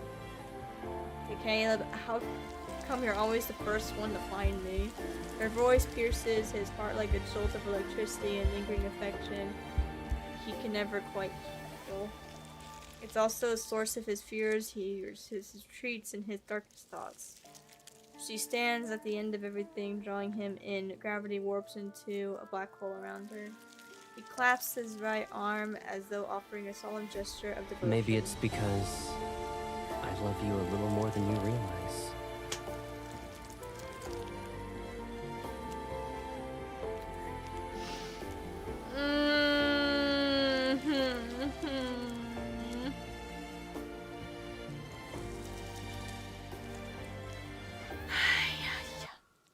I'm saving that.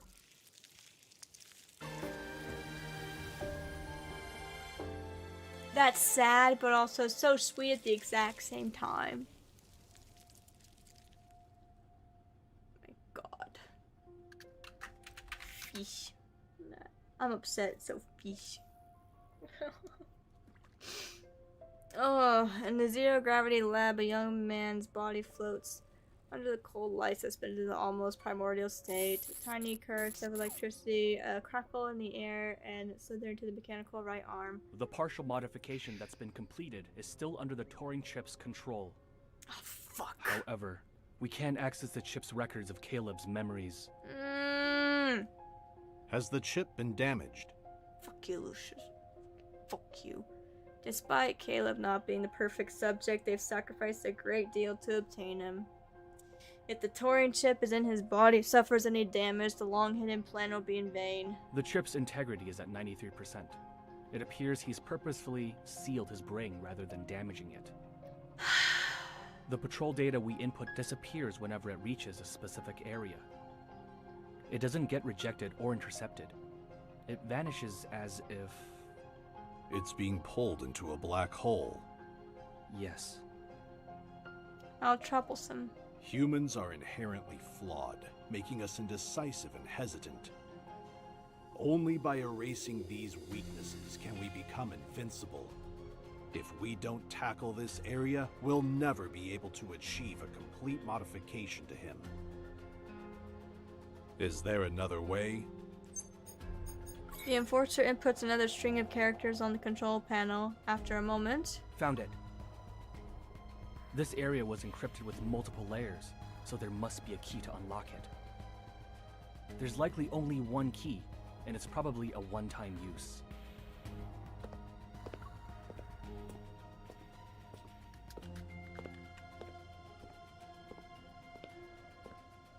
Let me just like get him cooked. The old man nods, giving one last glance at his great work before turning to leave the room. Then let's find it, no matter the cost.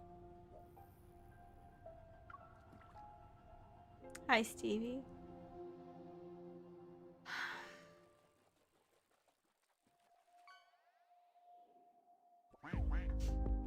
Thank you for redeeming third. That was sad. Oh! Oh!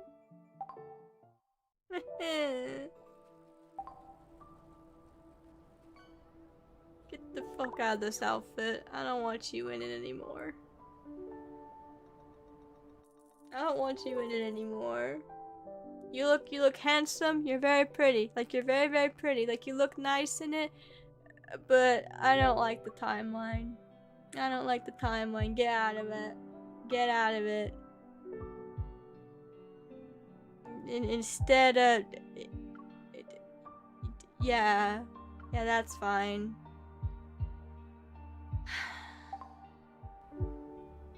The badge on my chest only shows where I used to belong. The necklace you gave me, and you, are my true constants. Fuck.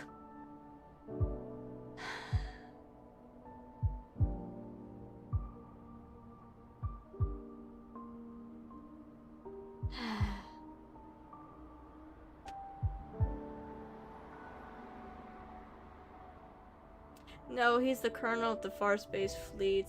Campus security guard's funny though. Okay, so if you don't understand, like, what happened there in the end... You've been deep in thought for a while now. You still haven't picked out the dream you want for tonight? So what happened? Okay, what happened?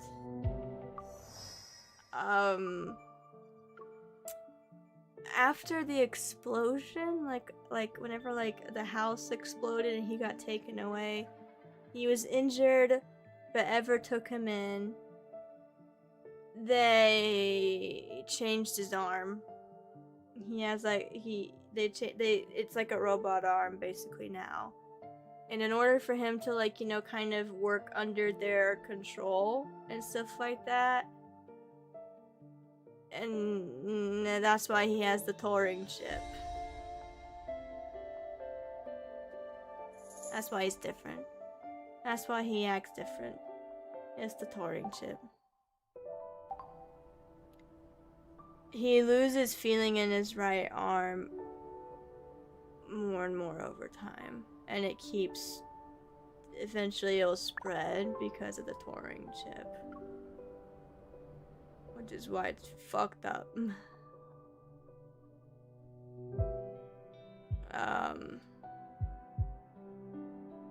Where is it? There it is. Okay.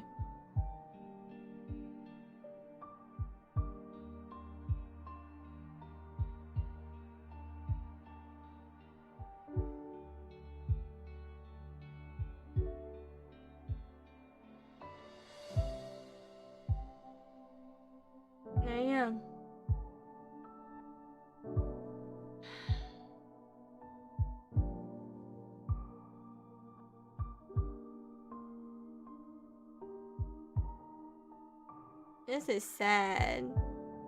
Hello, Moo. I remember you. Hello. You caught me at a sad moment. I'm sad. The story that I just had to go through was so sad.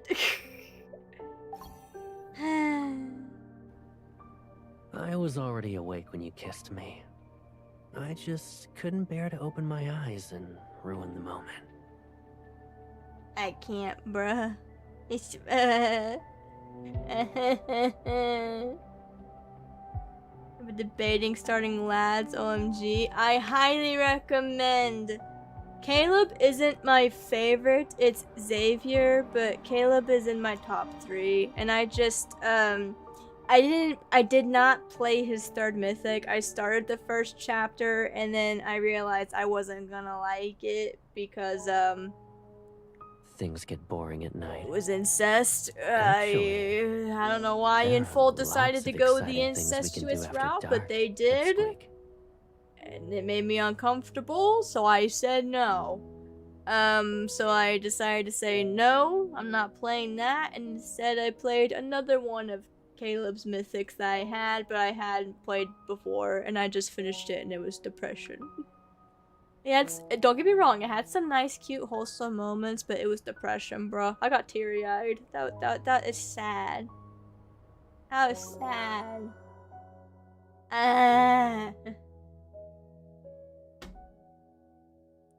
Bro. But yeah, Xavier. This is Xavier. Xavier's my favorite. Silas is in 2nd. And then Caleb is in 3rd for me.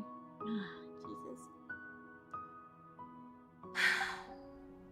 I'm upset.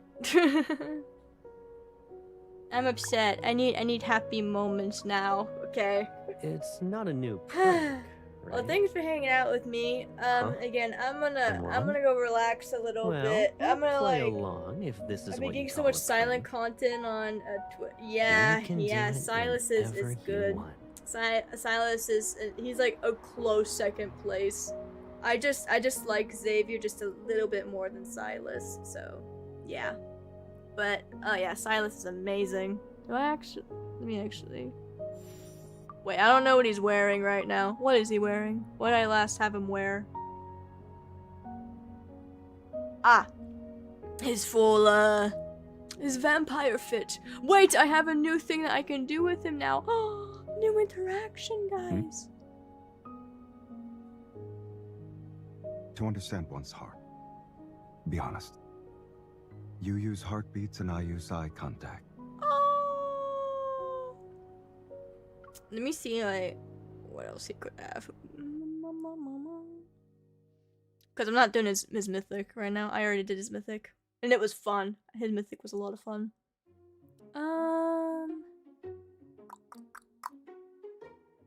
This one.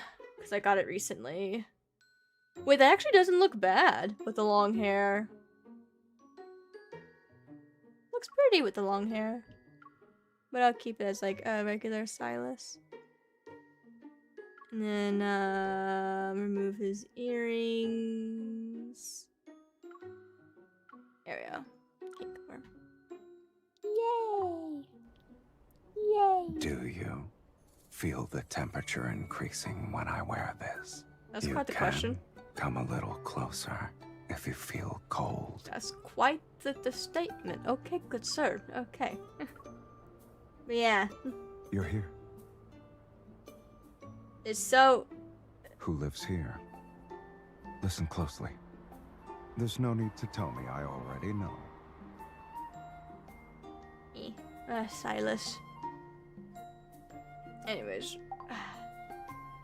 I apologize that, like, I didn't play through Caleb's 3rd mythic. Like, I have it. I like the outfit, the fighting style and everything is good. It's just the story, not for me. I'm not into that kind of romance. I'm not. I'm sorry. But at least, At the fashion show, played his other I mythic. saw a dress with the night sky stitched over a river. And it was pretty I good. ordered one for you. It'll be sent once the measurements are correct. So, in the meantime, I'll go on ahead and get ready to raid. I apologize. Valid? Yeah, don't get me wrong. I love this game.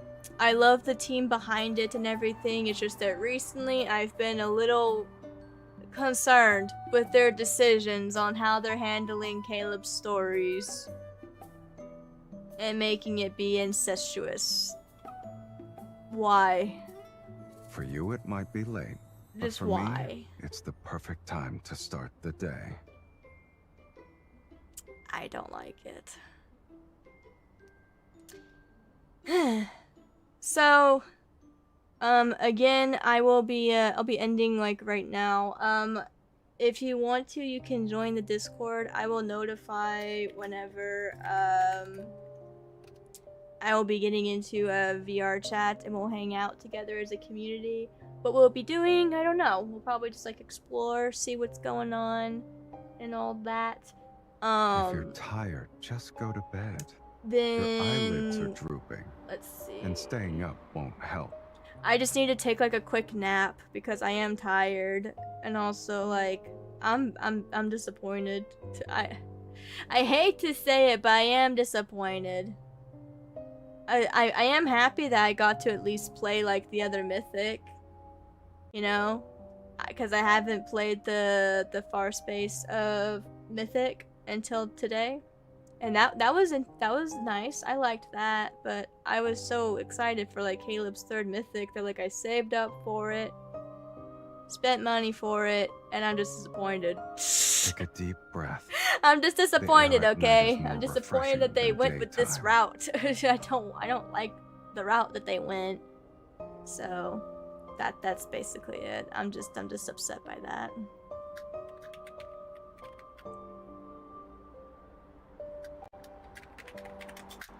I know it's not just me. There's other people in the community that are also like upset by it. But anyways, please do join me for a raid. We'll see who's live. You're mine for the rest of the evening. Any objections?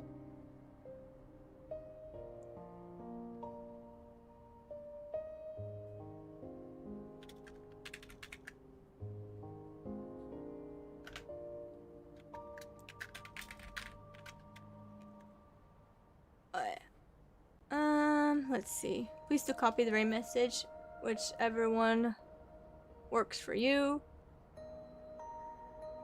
Yeah, there's other people that are playing it right now. Oh god. And they're also playing the third Mythic. At the fashion show, I saw a dress with the night sky stitched over a river. I ordered one for you. It'll be sent once the measurements are correct.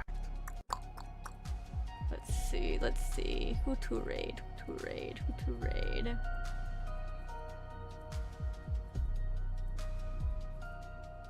Oh! How about we raid Bread? Bread's playing some League.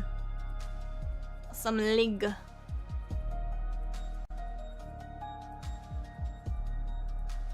Oh hell yeah! He's playing League with Power and Looney. Hell yeah! If you're tired, just on go to bed. YouTube side, Your eyelids are drooping. And staying up the won't Discord should help. be in the description below. We are rating Bread _ Sama GT.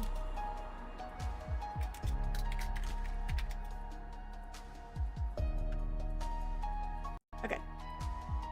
I will be back streaming tomorrow.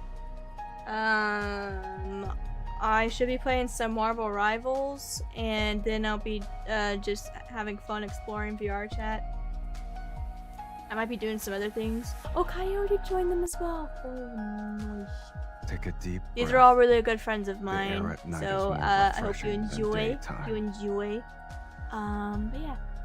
Again, I'm gonna take like a nap, so if you want to join for like VrChat community night, I'll be ready in about like an hour, maybe 2 hours or so. I just need to rest.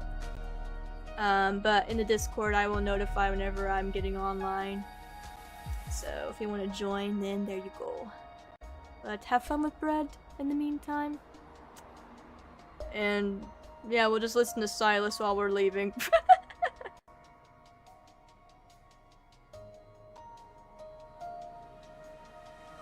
You mumbled something interesting in your sleep. Do you want to know what you said? Went away. Whiskey was his friend. He didn't have another. Yeah, secret.